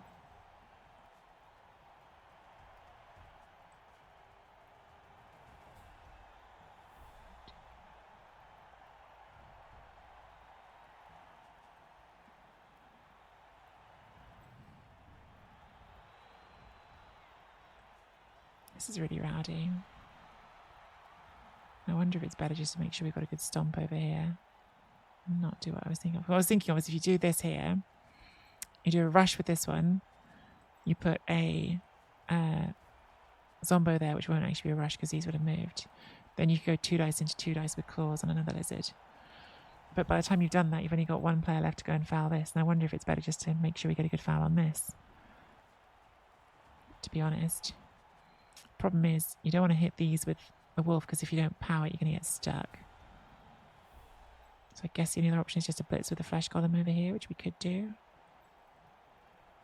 I think we need to make this a big priority, honestly. Should they be stomping on the player's neck with those studded boots that hard? I've just moved my sodding fowler. God, you're an idiot sometimes, Tree. Alright, well, so much for my fouling plan, as I can dodge a zombie. That was really dumb. I just had that all planned and then just forgot what I was doing for a second. But that's alright, just roll the dodges. And get caught. Argue the call first. Oh, we rolled a 1. Well, we kept the bribe, but our coach has been thrown out. That was still dumb because if I hadn't rolled the dodge, if I had not rolled a dodge there was a 10 and a 12 in the dice roll, we would have killed that. Oh my god, that was such a bad turn. That was such a bad turn. Jeez. I don't know what I was thinking moving that zombie. That was my fowler. That was just a complete brain melt of a turn. Very annoying. Oh well, it's happened. Hey, Christopher.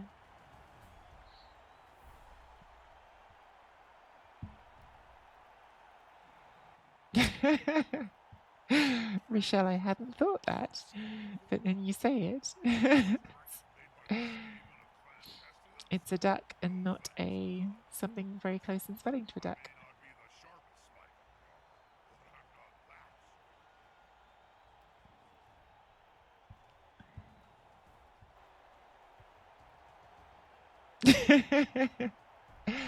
I'm not Pretty terribly, to be honest, you Raven. We lost our first game to a bit of a dicing, and this game I've done something incredibly stupid at the start of it, and so we're in a bad way already. So yeah, I would say very badly is how the Blood Bowl's going so far. First game, not my fault. This game, very much my fault.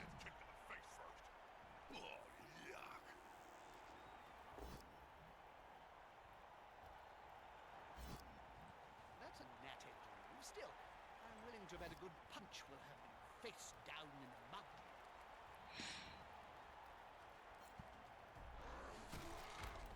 If I had a gold for every player I've seen lying on the field during my career, well, I could start my own team. You only need 1,000,000 gold, right?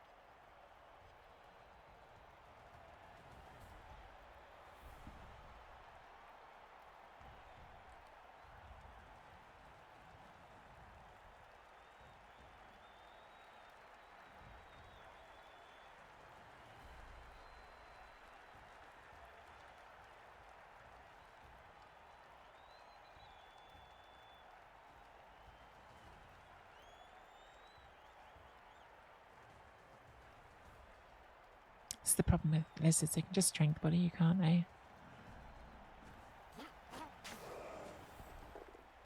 Referee is not going to catch them first time. Would have been nice if they could have. What's happening?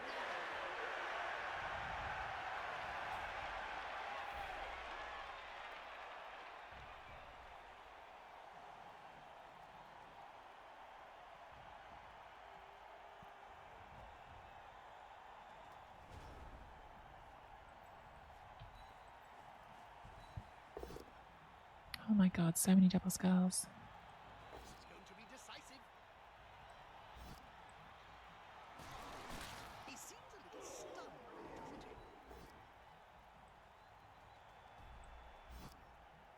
Now it's fighting to move freely. I turn it again. Because I'm tilty. He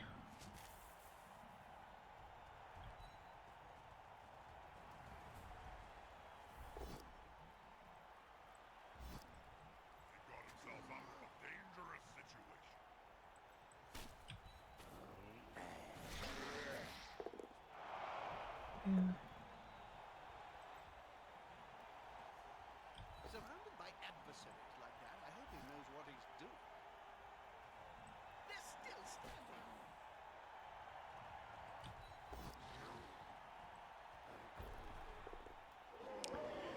Tilty, tilty, tilt. Hey, Dizzy.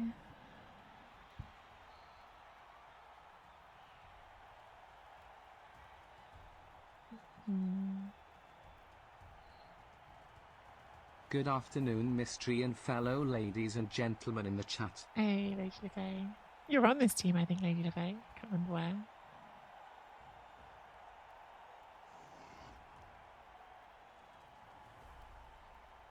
Oh, hang on. You might have been the ghoul that died. You might have been the ghoul that died in game 1. I think you were the ghoul that died in game 1. Sorry. I've always been a fan of all these. They sell a rather fetching line of t-shirts. I don't know why I'm saying sorry. If you hadn't died on us. I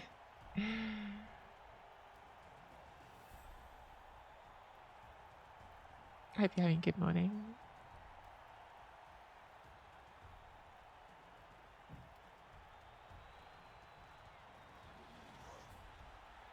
I should probably say something meaningful to Oh, a 1 in 9 for the large lizards. crowd of viewers. Just the 2 rerolls. They're going to eat it. They did not kill the wolf. Good. It's a relief. It's definitely half expecting an instant death on the wolf. Get you up and blitz with you so we can use that box kill. Coach always uses right player. Not that it did us a lot of good. And I know, Ross, I know.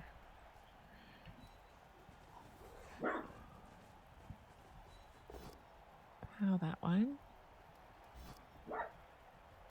It's so true, isn't it, Ross? Yeah. I know. Alright, that's enough. That's enough now. That's enough. Good boy. I heard you. Thank you. Good boy.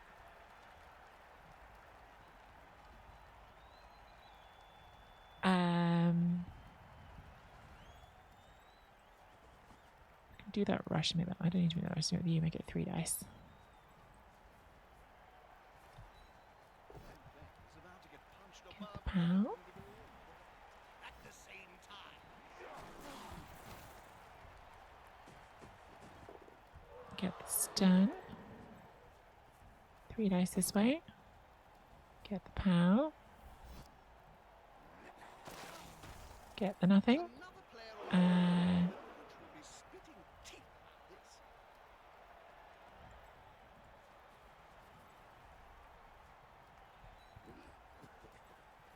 What's that player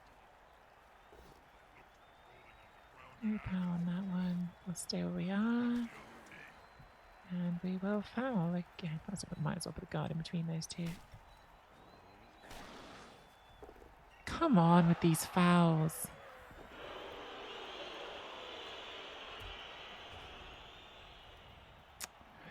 Well, that's rubbish, isn't it? We've had a coach sent off and used the bribe and we haven't removed anything.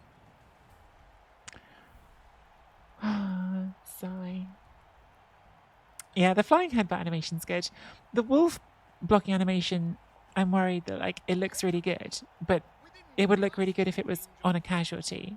Having it trigger like the full wolf animation every time for an armor break, I think is going to get annoying because it's a really like long, slow animation. So the flying headbutt I'm a big fan of. The wolf one I'm already worried it's going to get really repetitive. It's a bit like too much wind up. I think if it was just the casualties, it would be awesome.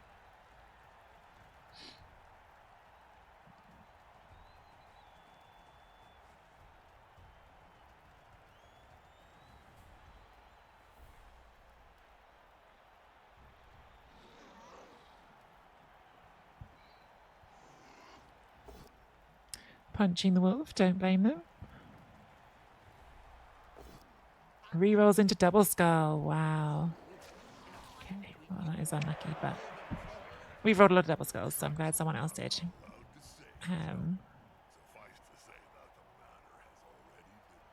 One dice with you at the moment. One dice with you at the moment.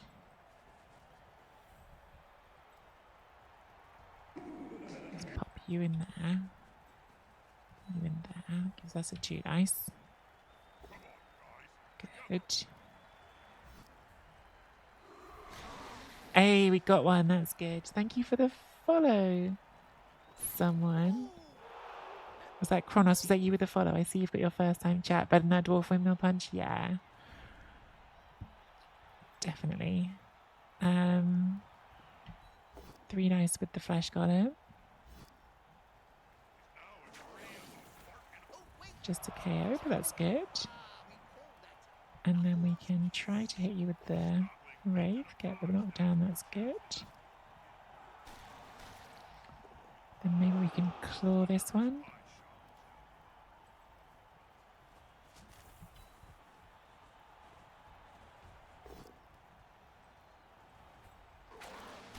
Okay, not everything we were hoping for, but that's alright. We stay where we are. And bring you here and I'll try the 1 dice. Cheeky 1 dice pow. into an armor break. Oh my god. Random Zombo 1 dice for the win. That's huge. Who was that? Oh, that was the one we... That was... Do you know what? Maybe this was the secret. We recruited this guy from the human team that diced us. So clearly, Obbin for Viper brought some of the dice with them. That was a good turn. That might be my first good turn of dice this morning. But that was a good turn.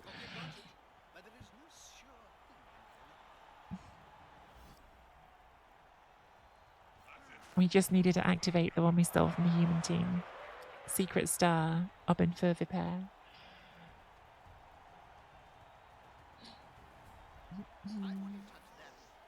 You've joined Rebel? Nice, Babonat.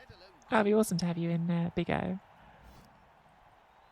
It's the most fun Rebel conference, I think. It's a nice small conference. People are really friendly. What's his name again? I just don't know how to say it properly. Listen. It's got an accent on the E. Neko has now got ghosts instead of doggos. Still like playing before too. No, so they get both. The ghosts are instead of the whites.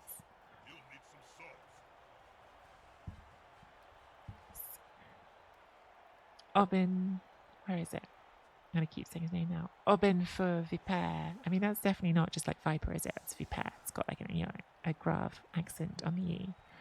Obbin for. It's just not a very common name, is it? Oh, Collie, I haven't woken the bot up. I will do that now.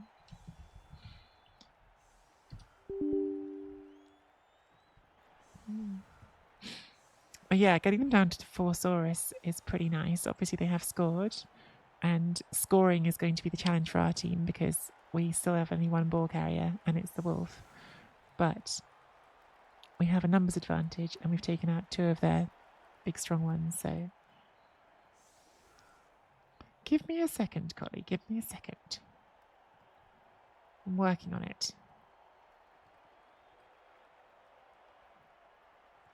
All right, you have a bot.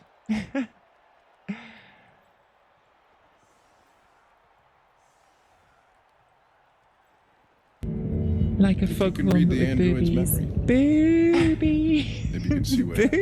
Boobies.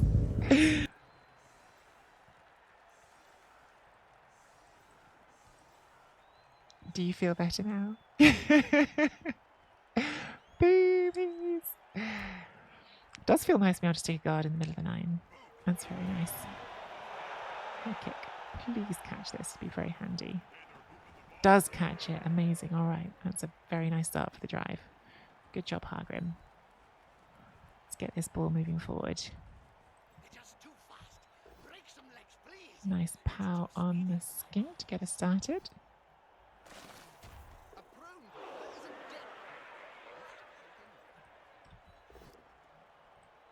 Brontosaurus.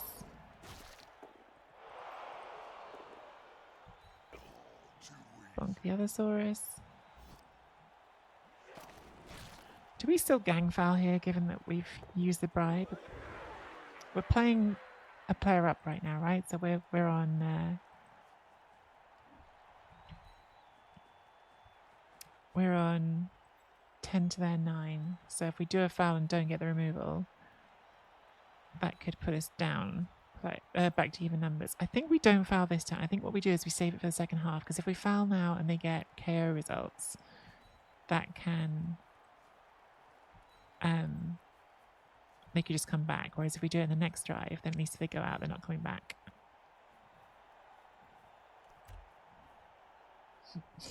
Yes, yes.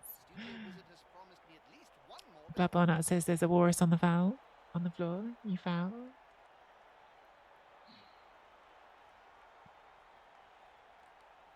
Yeah, but zombie for a Saurus, I definitely would trade. But would I trade zombie for a Saurus stun? No, and that's why I'm not going for it this time. Whereas I think in the second half, where if you get the KO, they're basically out, it becomes a slightly better value proposition. You found anything beginning with a W. War dancer, witch elf, walrus.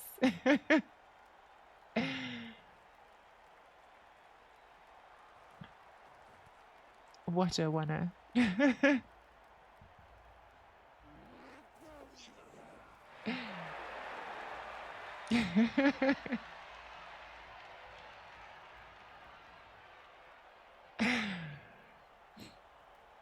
Gnome? Wome? Woga? Oops. Right, we're on turn 6, so we do need to keep moving. I really want to blitz with the wolf because it's for claws, but I think it's a terrible idea. And on the one hand, terrible ideas can be fun. On the other hand, can be terrible.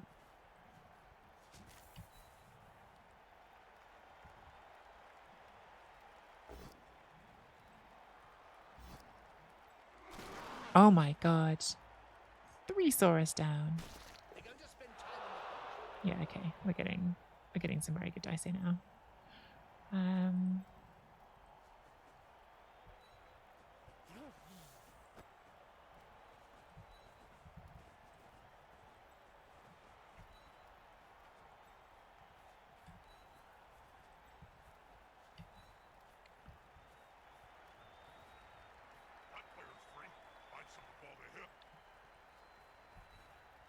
I think we just hit the skink here because we haven't got the 2 dice for the Saurus.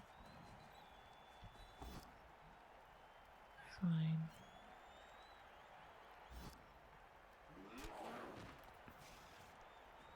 Alright.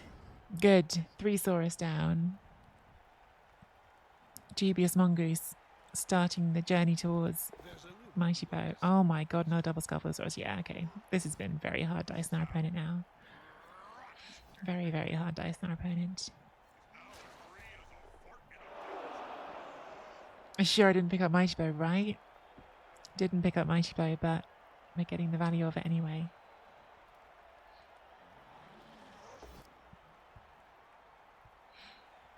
I do like these flesh golems when they don't fall over, just standing firm and being super irritating. See, the humans had an answer to the flesh golem, which was just 1 dice palette. But normal teams might not always have that answer.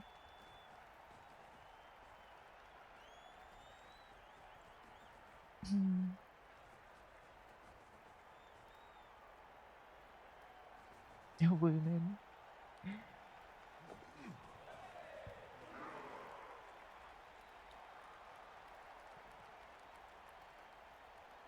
I mean, you should definitely foul walks every chance you get. Wolves even more so.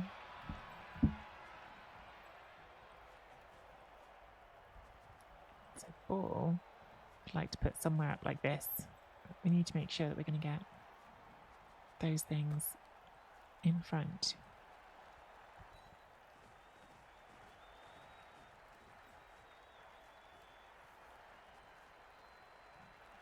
That's fine. Move you after the blitz because we're going to clear a space for you to go into. You maybe have to go sooner. You there, so you can do this on a 3 dice without rushing. Alright. Nice pal. Now we can get you there without doing a rush, which is what we wanted. That should have just got it. That was silly. That shouldn't still be on the floor.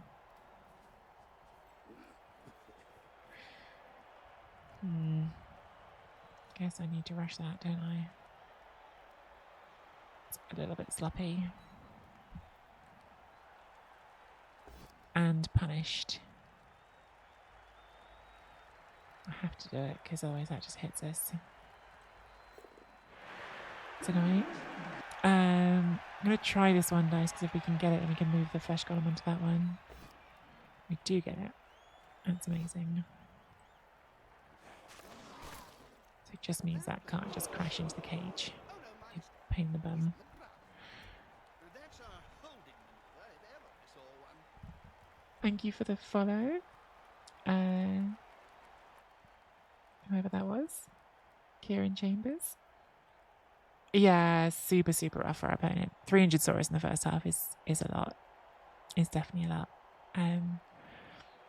I thought we hadn't started off very well because both teams got a free bribe and it felt like we weren't getting any value for it because we had our coach sent off and then the bribe went on the next foul and we still hadn't removed anything. But since then, it's gone very much our way. But we still might not score here because we're out of rerolls. So if they can make us roll dice, this can go wrong. Which is why it was really important to tag up that Saurus if we had the chance to. So at least they can't just jam Strength 4 in there. Comes with a range of new features. Please see your instruction guide for further details. Don't be stupid, Jim. Nobody ever. Yes, yeah. Type that different. Don't foul your wives. Smells like a good old-fashioned. Or if you're going to, at least foul your husbands as well.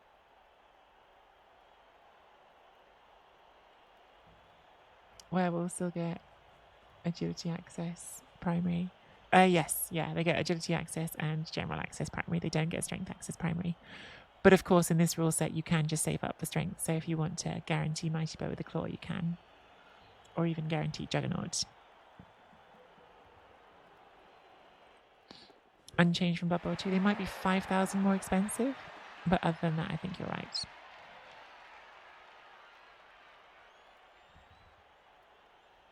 Yeah, I think like many things, they got 5,000 more expensive. Oh, wow. Goes for the uphill on the ball. Spicy.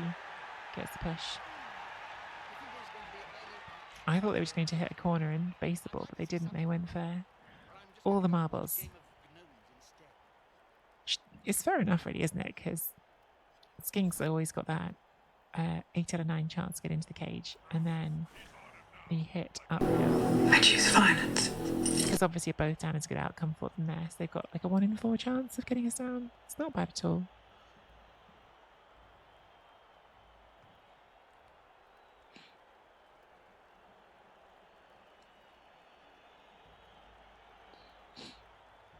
I do choose violence. I've chosen a lot of violence in this game.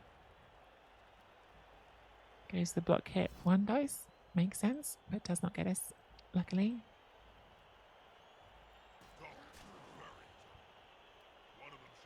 So they've got this Saurus left, could take a 2 dice, and they've got a skink here that could dodge if it wanted to.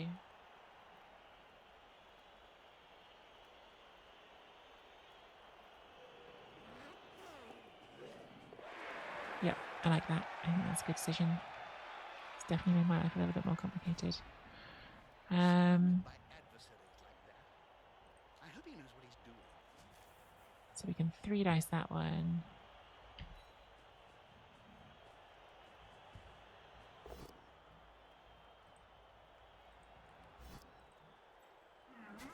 Now we get to bring this one up here to cancel that assist. And we can 3 dice this one. Can't argue with that call, can you? 3rd dice the charm. Another casualty. Love those wraith casualties. Well, at least they're not dead. And then score. Oh, I think that means we've got the second wraith. Oh my god, after 2 games we might have 2 wraiths both on a level.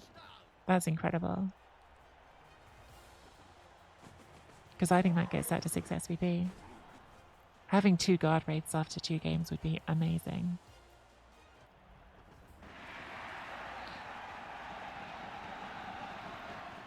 No, Fury, not without a reroll. I took the 2 that were necessary to free the ball up. Without a reroll, I was doing no more than I had to. I have rolled triple skulls before. So yeah, I will take the touchdown, thank you.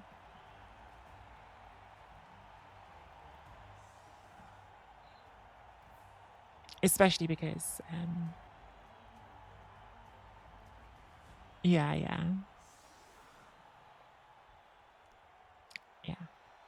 So yes, we did. Spleggy is now on 6 SVP as well. Oh, that is amazing. Okay, so for how bad it looked when our ghoul was dead, this team is headed towards some very, very good development for 2 games. So, your mum's username is also DizzyB? Oh my god. Dizzy, do you have secret children? This is indeed a vital. They have rolled a blitz, and actually that's a short kick, so they can get a skink underneath that. It's a rush to blitz that with the Saurus. This genuinely they could score off this. It's like the one place that actually could give them some chance to score. Obviously they've got to make all the dice, but it's possible. This is now a sad lizard team, yeah. I'm kind of impressed they haven't just conceded. But yeah, they actually could get this and score. It's not at all impossible. You blitz this, get a skink underneath that, and then you do a lot more skinking.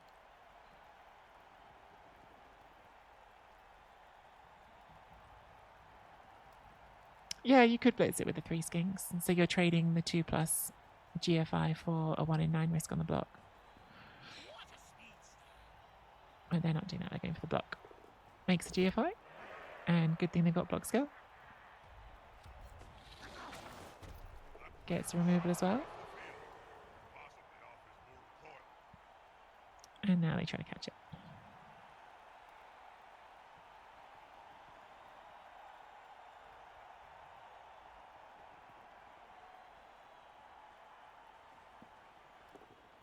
And they do catch it. All right. Got some problems here. Got some problems.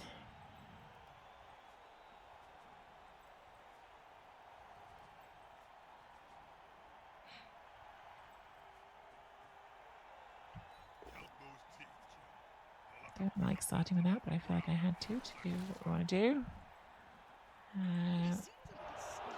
So we could surf this at a price of the werewolf also gets surfed. The problem with that is you've then got literally no one to carry the ball afterwards, so I think we probably don't want to do it that way.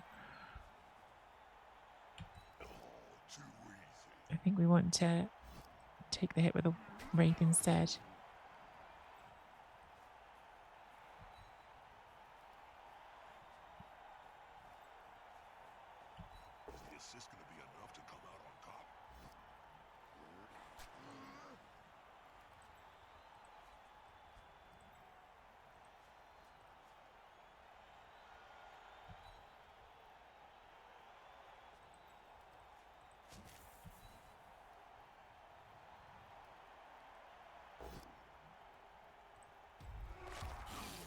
Decision as it worked out. And gets another KO, that's good. And the skin caught it. All right. Okay, we still could concede here then.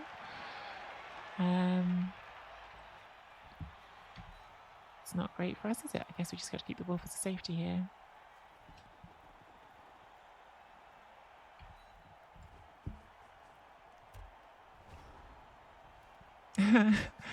So, Christopher, it's a great question. My opponent has been quite tricky to communicate with. They messaged, so I posted on the Discord asking when they could play, and they messaged me and they actually suggested tonight. So I might end up playing tonight, but I replied asking for a clarification on time because they'd set a time, but they didn't say which time zone, and I haven't heard from them since. So I don't know is the answer. There's a chance I'll play my Rebel playoff game tonight, but not if they don't get back to me. Did you know it's rumored that Spike magazine editor Yore Reno actually hates sport and would rather play with action figures instead? Vlog good skill, who knew, right? Okay, so Skink runs away. I think I'm happy with it running backwards. I was more worried that they would just potato forward and get away with it. So I think I'm happy they've gone that direction. Gives me more time to try and hunt them down. There's only one word to say this one. I was just worried that if they just went straight forward and then I somehow couldn't knock it over, that they might get away with it. We might still get away with it, but yeah, I feel like my chances are better this way. Okay, makes the foul appearance. Gets a 2 dice block. Interesting things coming from you, Bob, or even a commentator.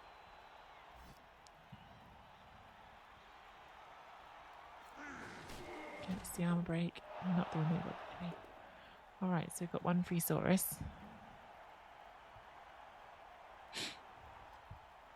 I wonder in like ladder format if it's worth saving for dodge on these. It will make them. Ooh, instant one. We've got to reroll it, otherwise it's getting served. Oh my god, 2 1s. Puts it in and snakes it. Oh my god, so they've used all their rerolls and they're going to lose this skink anyway. That's fairly unlucky, in keeping with the general trend of this coach being quite unlucky. Thank you for the follow, Zerono. That is a lot of ones. Yeah, this opponent's had terrible dice. Really terrible dice. We will push because we want to serve. Oh, we'll push to the wrong square because I'm an idiot again. Alright, well, that's now a bit of a mess because I can't even get the angle on that unless I put the wolf in. Oh my god. Doing some really dumb stuff today.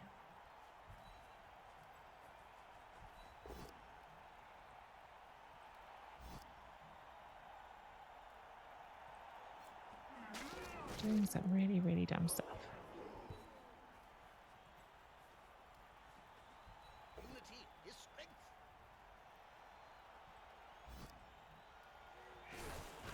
Genuinely don't know what to do about this now. Another player on the board. I think I just have to let it go. Take on this. Because if I go there, I could serve it, but then they're just going to run to this side and have free reign of things. I think I probably need to move this over this way, actually, otherwise that's going to hit us anyway, which is what they were trying to do last time. That's so bad. Genuinely really terrible mistake. Tell you what I think we'll do. They've got the advantage. Fine, at least you're not scoring.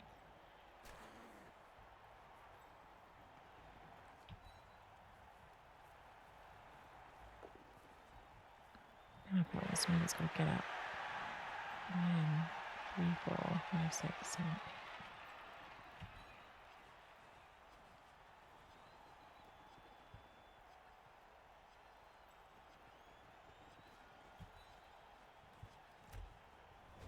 I just can't believe I didn't surf that. That was there to be surfed and I just... Yeah, the problem is I didn't have an angled surf it free because I pushed it to the wrong square. And the worst part is if I wasn't going to surf it, I could have powered it, but I just was certain I was going to surf it because it was an easy surf and then I just clicked the wrong square. What are your thoughts on a random agility secret on the wraith? Can only get 8 out of 12. Worth it for long ladder. Let's have a look at that after the game, Kalon, because I haven't thought through what all of them are. Let's have a look at what the options are.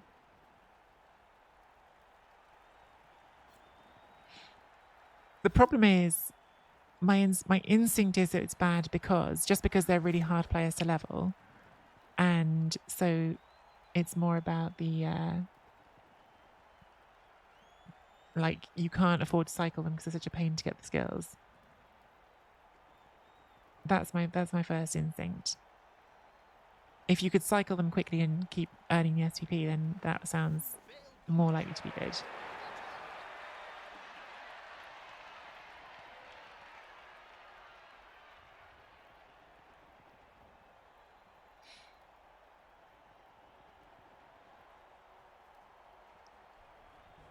Oh, we're going for the hard handoff. We're making it. Okay, so my failure to surf is going to cost me this, isn't it? They're going to score here. They can actually run out of range as well. They can get fully out of range. If they go to like here.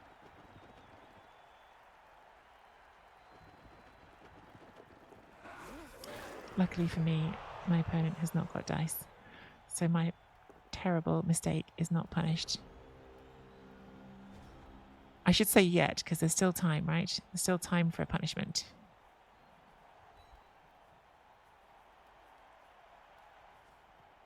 They'll need to scoop up that ball and quickly.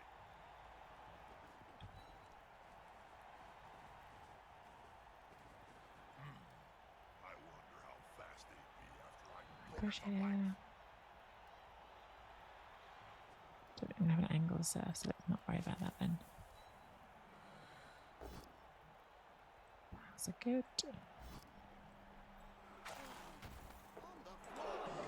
Make this one a 3 dice. How's our good? Thank you for the raid, Zach. How was your stream this morning? Once again, good. Just gonna put that over the ball, I think. Okay.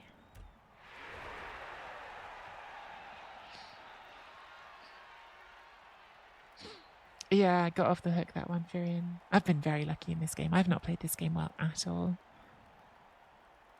Really not at all well, this game.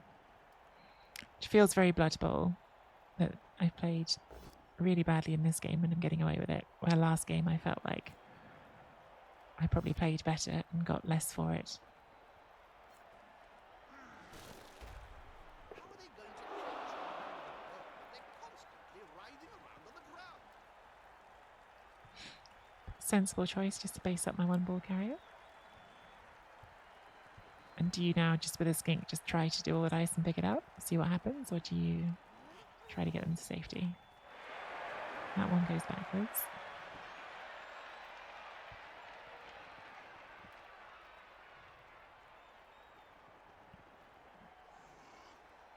I played a game of Blood Bowl 3, brought out to double skull and died. Oh my god, it's another turnover for them. Played a game of Fumble, Vampire Runner gets sent off on a 1-turn attempt. No, that sucks. New fighting game I was playing, fine, decided it now want to run at low FPS, so I said, oh, Zach, I'm sorry. That does sound awful. Right, what are we doing? You on that, at least you've got someone on you. Right, let's stick the guard in the middle.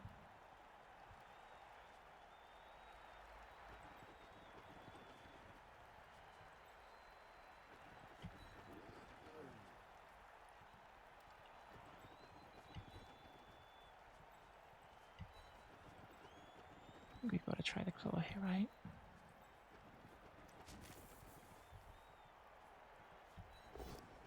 One in 9s aren't real. Let's take a look. Here's the unmistakable sign.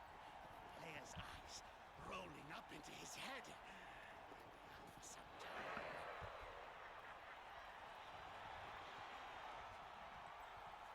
This player likes to be well assisted in a fight.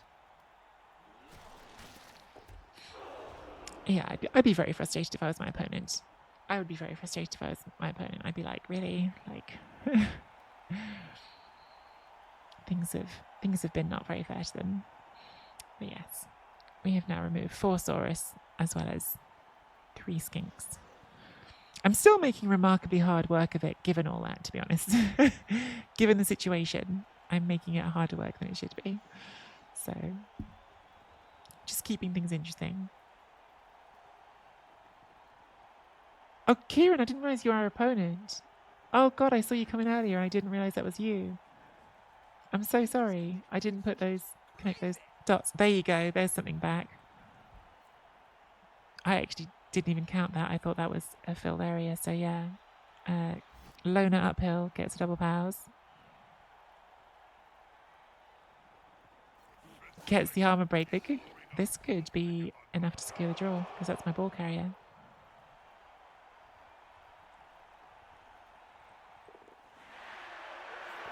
And they've got the ball. Oh, no, they don't. The dice log's showing it out of order. Classic dice log things. Right, so we have got some problems here because my ball carrier is on the floor and I've only got 3 turns left after this. But let's try to surf this skink anyway. We will not surf that skink because we rolled a power.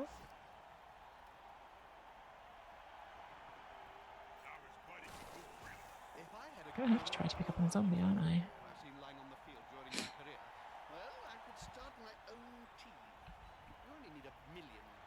Flashy score. I mean, we're probably going to try it, but significant chance we don't succeed. And it's another skink gun.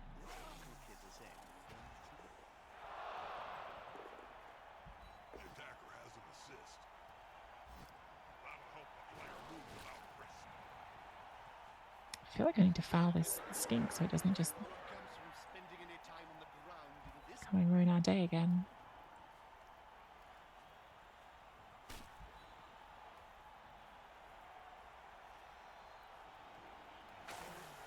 Did you see that? Our files have been bad. It's probably just about the only thing that has been bad, but our files have been bad. That was a snake. I think we're going to lose this. I think there's going to still be a world where somehow this skink torments us. Because it just feels like that's how it's going. I've had every dice in the world, and yet somehow I'm still contriving to put myself into a position where I have not yet. I've not yet been able to do anything with that. Good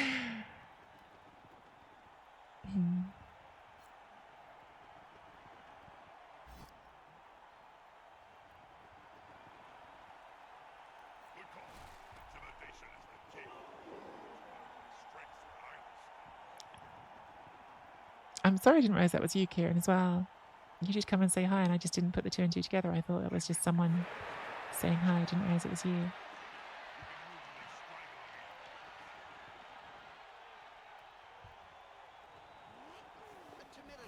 No, that skink is done.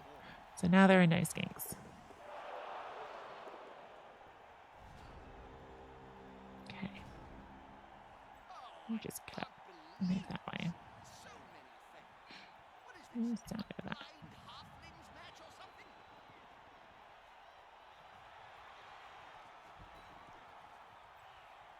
Where's she scoring crap?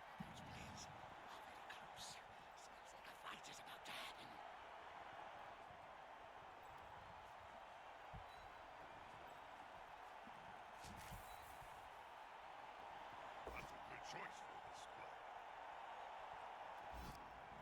Now his mighty can move freely. Try to pick the ball up. Does pick the ball up. Thank goodness. Okay. Well.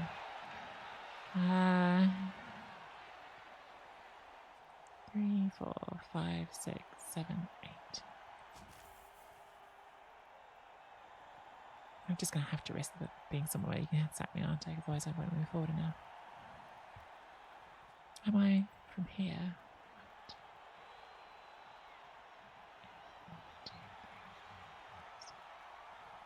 I can go here. 1, 2, 3, 4, 5, 6, 7, 8. 1, 2, 3, 4, 5, 6. Okay, so that's close enough that we can not do rushes to score.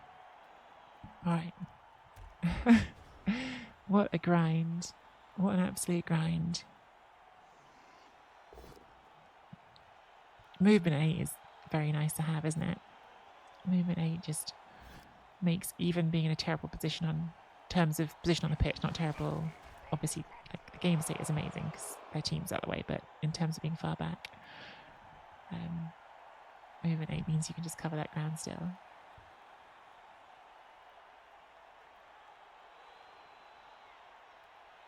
No, the wolf wasn't KO. Would have been huge if they'd managed to KO the wolf. That falling over definitely makes things easier. So the ball goes there.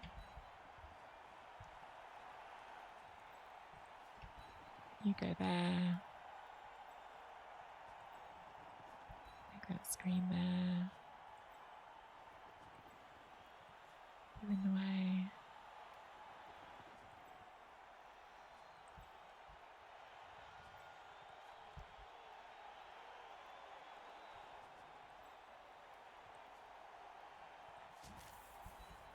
I can't reach.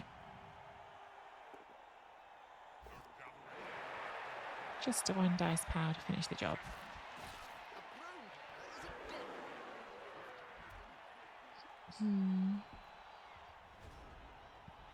Sorry, Kieran.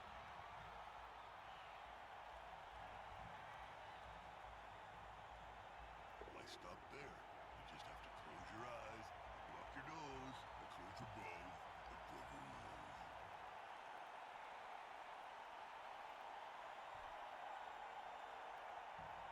Foul appearance, I don't even get the blitz in the last turn. Brutal. Absolutely brutal.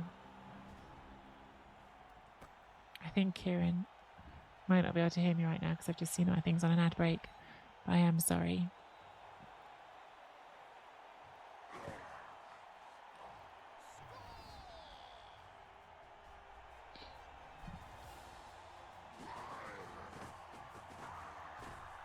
I don't know if it was well played. I'm going to wait till after the ad break because I think they maybe can't hear us.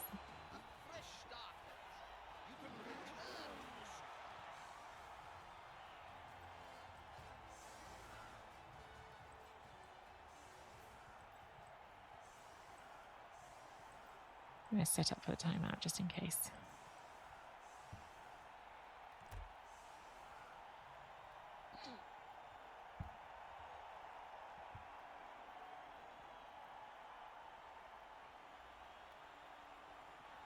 Okay, the ad break is over. Kieran, I don't know if you might have been stuck behind ads just now, but I'm really sorry. That was a mega dicing, an extremely hard dicing. I don't think I even played well, which makes it worse. But yeah, it's hard to do anything when your team just gets wiped out like that. So sorry you had to be on the other end of it. I definitely felt like in my first game today I was on the wrong side of the dice, but even then it was not as extreme as this. This is really harsh. And you've had that free bribe the whole game and you've not even really had a chance to do any fouling because you've been just mashed. So yeah, Blood Bowl is a jerk sometimes. We are the weirdos in this game. Oh, Freezing Star. Thank you very much, it's kind. Kieran, welcome to the Weirdos.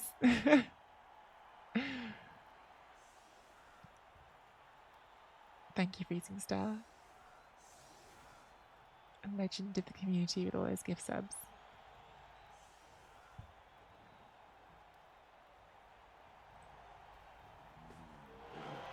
Yes, Shamber, the game started, it felt like not great for me.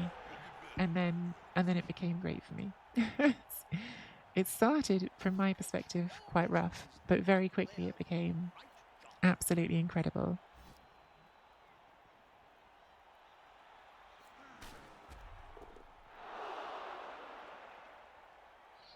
Don't need files, just hidden mighty bow, yeah.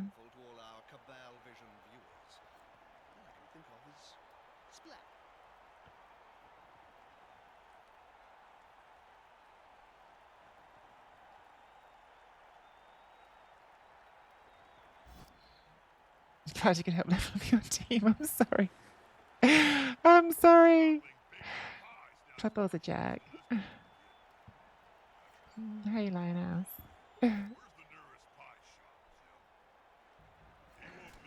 But yeah, we have now got 2 leveled wraiths, which is amazing. Haven't got any flesh golem SVP yet. The wolf got 2 touchdowns, so we can put block on the wolf as well. That's also great. And I'm pretty sure we'll have enough cash to buy the second wolf now as well. I'll be blunt here. If you can't block the ball, then what are you doing in this sport? The final score is 2-1.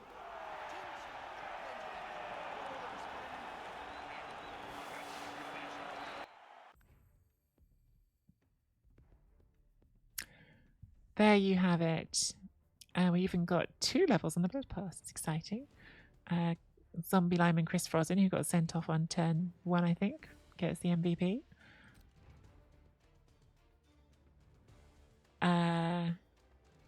So yeah, we talked through wraith skills very quickly last time, but let's talk through it again.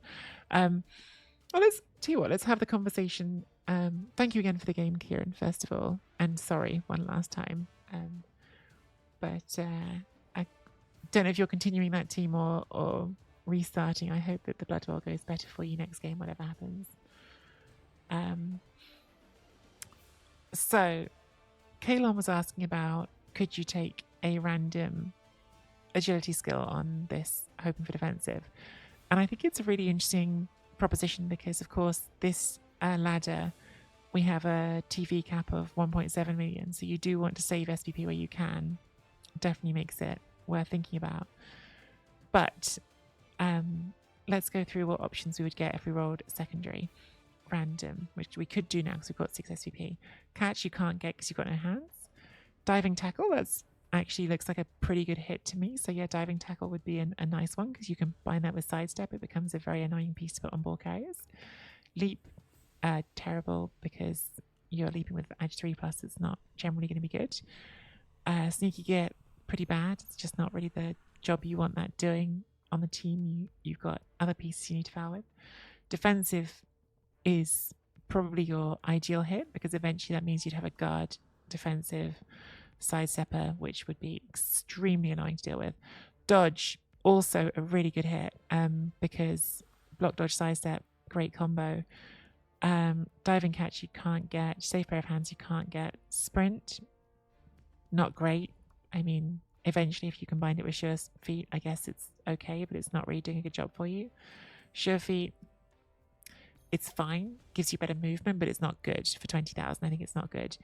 Jump up's interesting. Do you know what, Kalon? I was not ready for this, but I actually really looking at this and thinking there's quite a lot that's good here. Like, I'm genuinely shocked by how many of these I like. I would say that's a hit, that's a hit, that's a hit. So that's 3 definite hits. Like defensive, dodge, diving, tackle are all hits. And jump up might be a hit as well. Because sidestep into the cage and then jump up block? Like, that's annoying as hell. Like, that's super good. So I think we've got 4 hits and 4 misses because there's 3 you can't roll. That doesn't add up. There's got to be one more that I'm missing. Oh, you've already got sidestep, yeah. So you've got 8 options and it's pretty much a coin flip.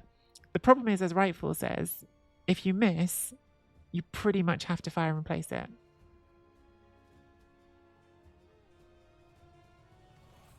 And right now we definitely can't afford to fire and replace it because we need to spend our money on another werewolf. Yeah, you can't roll things that require hands because you've got no hands. So you can't roll catch, safe pair of hands, or dive. So it actually eliminates some of the bad misses. Oh my god, the temptation to be greedy here is really strong. Hit, hit. This is the least good hit, but I'll still call it a hit. The thing with defensive is it's not going to be good for ages. That will be good eventually, but it's not actually going to be good right now. In the short term, jump up is better. Defensive will be good when you finally get it guard. Chat want me to embrace the greed. Of course chat want me to do the stupid thing. Fine, I'm doing this just for chat. Jump up. We don't hate it. We don't hate it. I said that's the least good of the hits, but it's still a hit.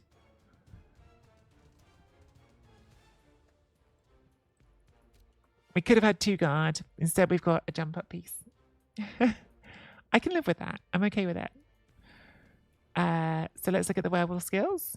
Werewolf, I think block is just the obvious choice. Fend, not great. Pro, not great. I mean, it does something, but it's not great. Sure hands, you could maybe make an argument for, although I think in the long run, the ghouls are your ball carriers. Dauntless, I don't hate Dauntless because those claws will often be used against stronger pieces, so sometimes that'll be really handy. Shadowing, I mean, it goes with movement 8, but you don't really want this piece based that often. Tackle, eventually I can see that being good, but you don't really want it this early. Same for strip ball. Kick just feels like a waste of a skill on a player who needs other things. Dirty player is obviously bad for this player. It's not what this player's job is. Wrestle is okay. I could see a world where you do 1 block and 1 wrestle wolf, but I think you want to block 1 first. So I think this is going to be an easy choice just to take block. But let's quickly go through all the options again. So we could random a secondary for strength. Armbar would be bad. Can't get grabbed because we've already got frenzy. Mischbo would be a definite hit. Stand firm would be not totally terrible because when you frenzy you do get on sidelines, but it's not amazing. Brawler isn't great, especially since it's currently busted. Guard, normally you'd love guard on most pieces, but you really don't want this piece getting in place and being like a guard assist. So yeah, not even good on guard. Multiple block. The only good thing about multiple block is it allows you not to frenzy, but on a strength 3 piece, it's just not good. Break tackle is pretty good. Break tackle, I think, is probably a hit. And Juggernaut is definitely a hit because for frenzy surfing, it's really nice. Pile driver is bad. Thick skull, again, not great. It's not totally terrible because it helps keep a good piece on the pitch, but it's not really worth it. So you've pretty much got, I think, 3 hits here, which are Mighty Bow, Break Tackle, and Juggernaut. I won't be doing this, but if you did it, I think you're looking at 3 hits out of 10 because you can't get Strong Harm or Grab. Agility, catch, maybe eventually helpful just for the drives when you need to try and score quickly. I could see it eventually having some use. Diving tackle, I would say again, not great because you don't really want to be basing with this piece. Leap, not great just because it's edge 3. I mean, in some situations maybe it has a use, but not really a hit. Sneaky Git, you don't want to use this piece fouling, so that's definitely bad. Defensive, again, not the job of this piece. Dodge, definitely a hit. So dodge is by far the best one in this category, I think. Safe pair of hands is just not a good enough skill, really. Sprint, sure feet, sidestep, I would say all eventually could be pretty useful because this piece could eventually be used as a one-turner. So all of those could eventually be useful, but they're not particularly useful now. Jump up again, not an awful skill because gives you all that movement and means in some situations you'll get nice free hits. Diving catch, it's a bit too niche. So yeah, there's not enough here that's good. You might choose dodge, but I actually think choosing your first skill, dodge and block, are the 2 you want really to choose from. We're not going to put passing skills on it, so I'm not even going to look at those. I'm going to give it block because I wanted to be able to block reliably and do those claw hits.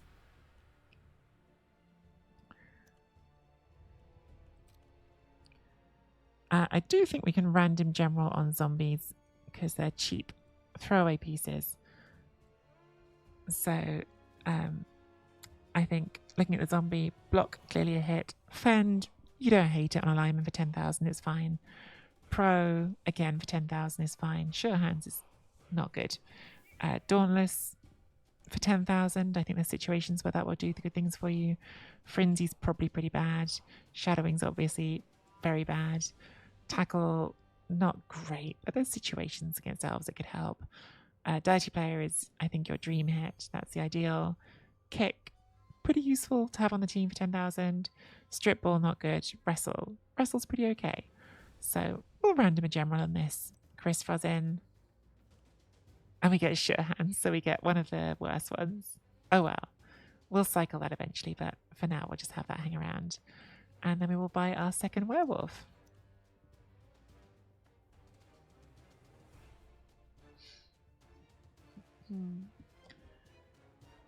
Owner filter, can I level up units of money? I've only just seen that message. What do you mean by that? I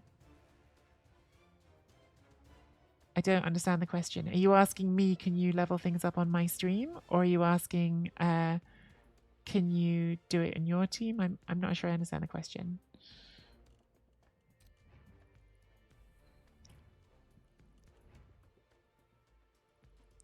The cost in game for leveling up is SPP, which you earn by playing games. You can't spend your bank to do it.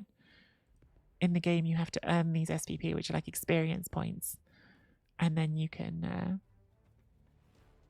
yeah, so you earn those by doing things. So every time you cause a casualty, that gives you 2 SPP. If you score a touchdown, it gives you 3 SPP. And MVPs give you 4 SPP. This is 2 games old. This is just 2 matches.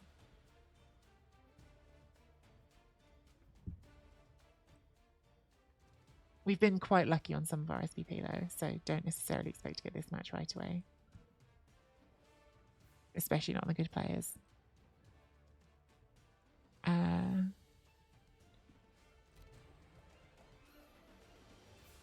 So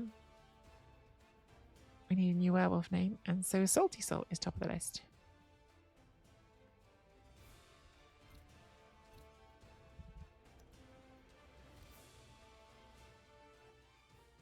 No, we had 1 win and 1 loss, but we got a very good MVP after the first game on this one. What is characteristics on the level up? So if you save up enough SPP, it's 18 for the first one, but it keeps going up as you add more levels. You can roll to see if you can add a statistic here. So movement allowance would increase your movement, strength would increase your strength score, agility would reduce the agility by 1, passing would increase your passing by 1, armor value increase your armor by 1. These are all different prices. So if you get movement allowance, that adds 20 value to the team player, 20,000. If you get strength, it adds 80,000 to your player's value. So it's very expensive to add strength. Agility is 40,000, passing ability is 20,000, I think, and armor value is just 10,000. So armor value can actually be really nice just to add on certain players, but it requires a lot of SPP. It's a lot to save up, and you don't just get to choose. You have to roll this, which in tabletop is a D16. So you roll a D16 in tabletop, and I think it's something like, this came up the other day, I think it's something like 10 of the possible 16 options will give you movement. Only 2 will give you an option to choose strength. Maybe 3 or 4 will give you the option to choose agility. There's always a choice. It will always give you at least 2 to choose from. And the most common by far is movement. But there's a table with a D16 that you use in real life.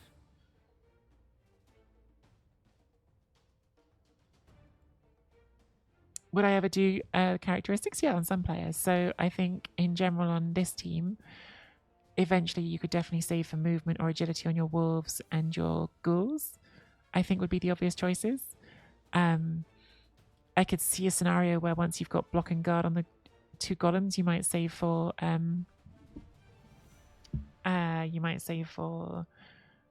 armor value, just because armor 11 make them even less likely to go off. Same for these wraiths. Once they've got guard and any other skills you want to put on them, I could see armor up being good just because you really don't want them to get damaged. So yeah, there's situations you save for the stats, definitely.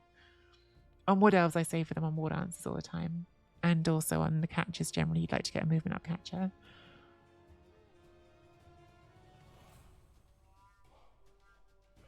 Is there a max level? Yes, every player can get a maximum of 6 skills, and that includes characteristics. Once you've added 6 upgrades to a player, they can't be upgraded anymore.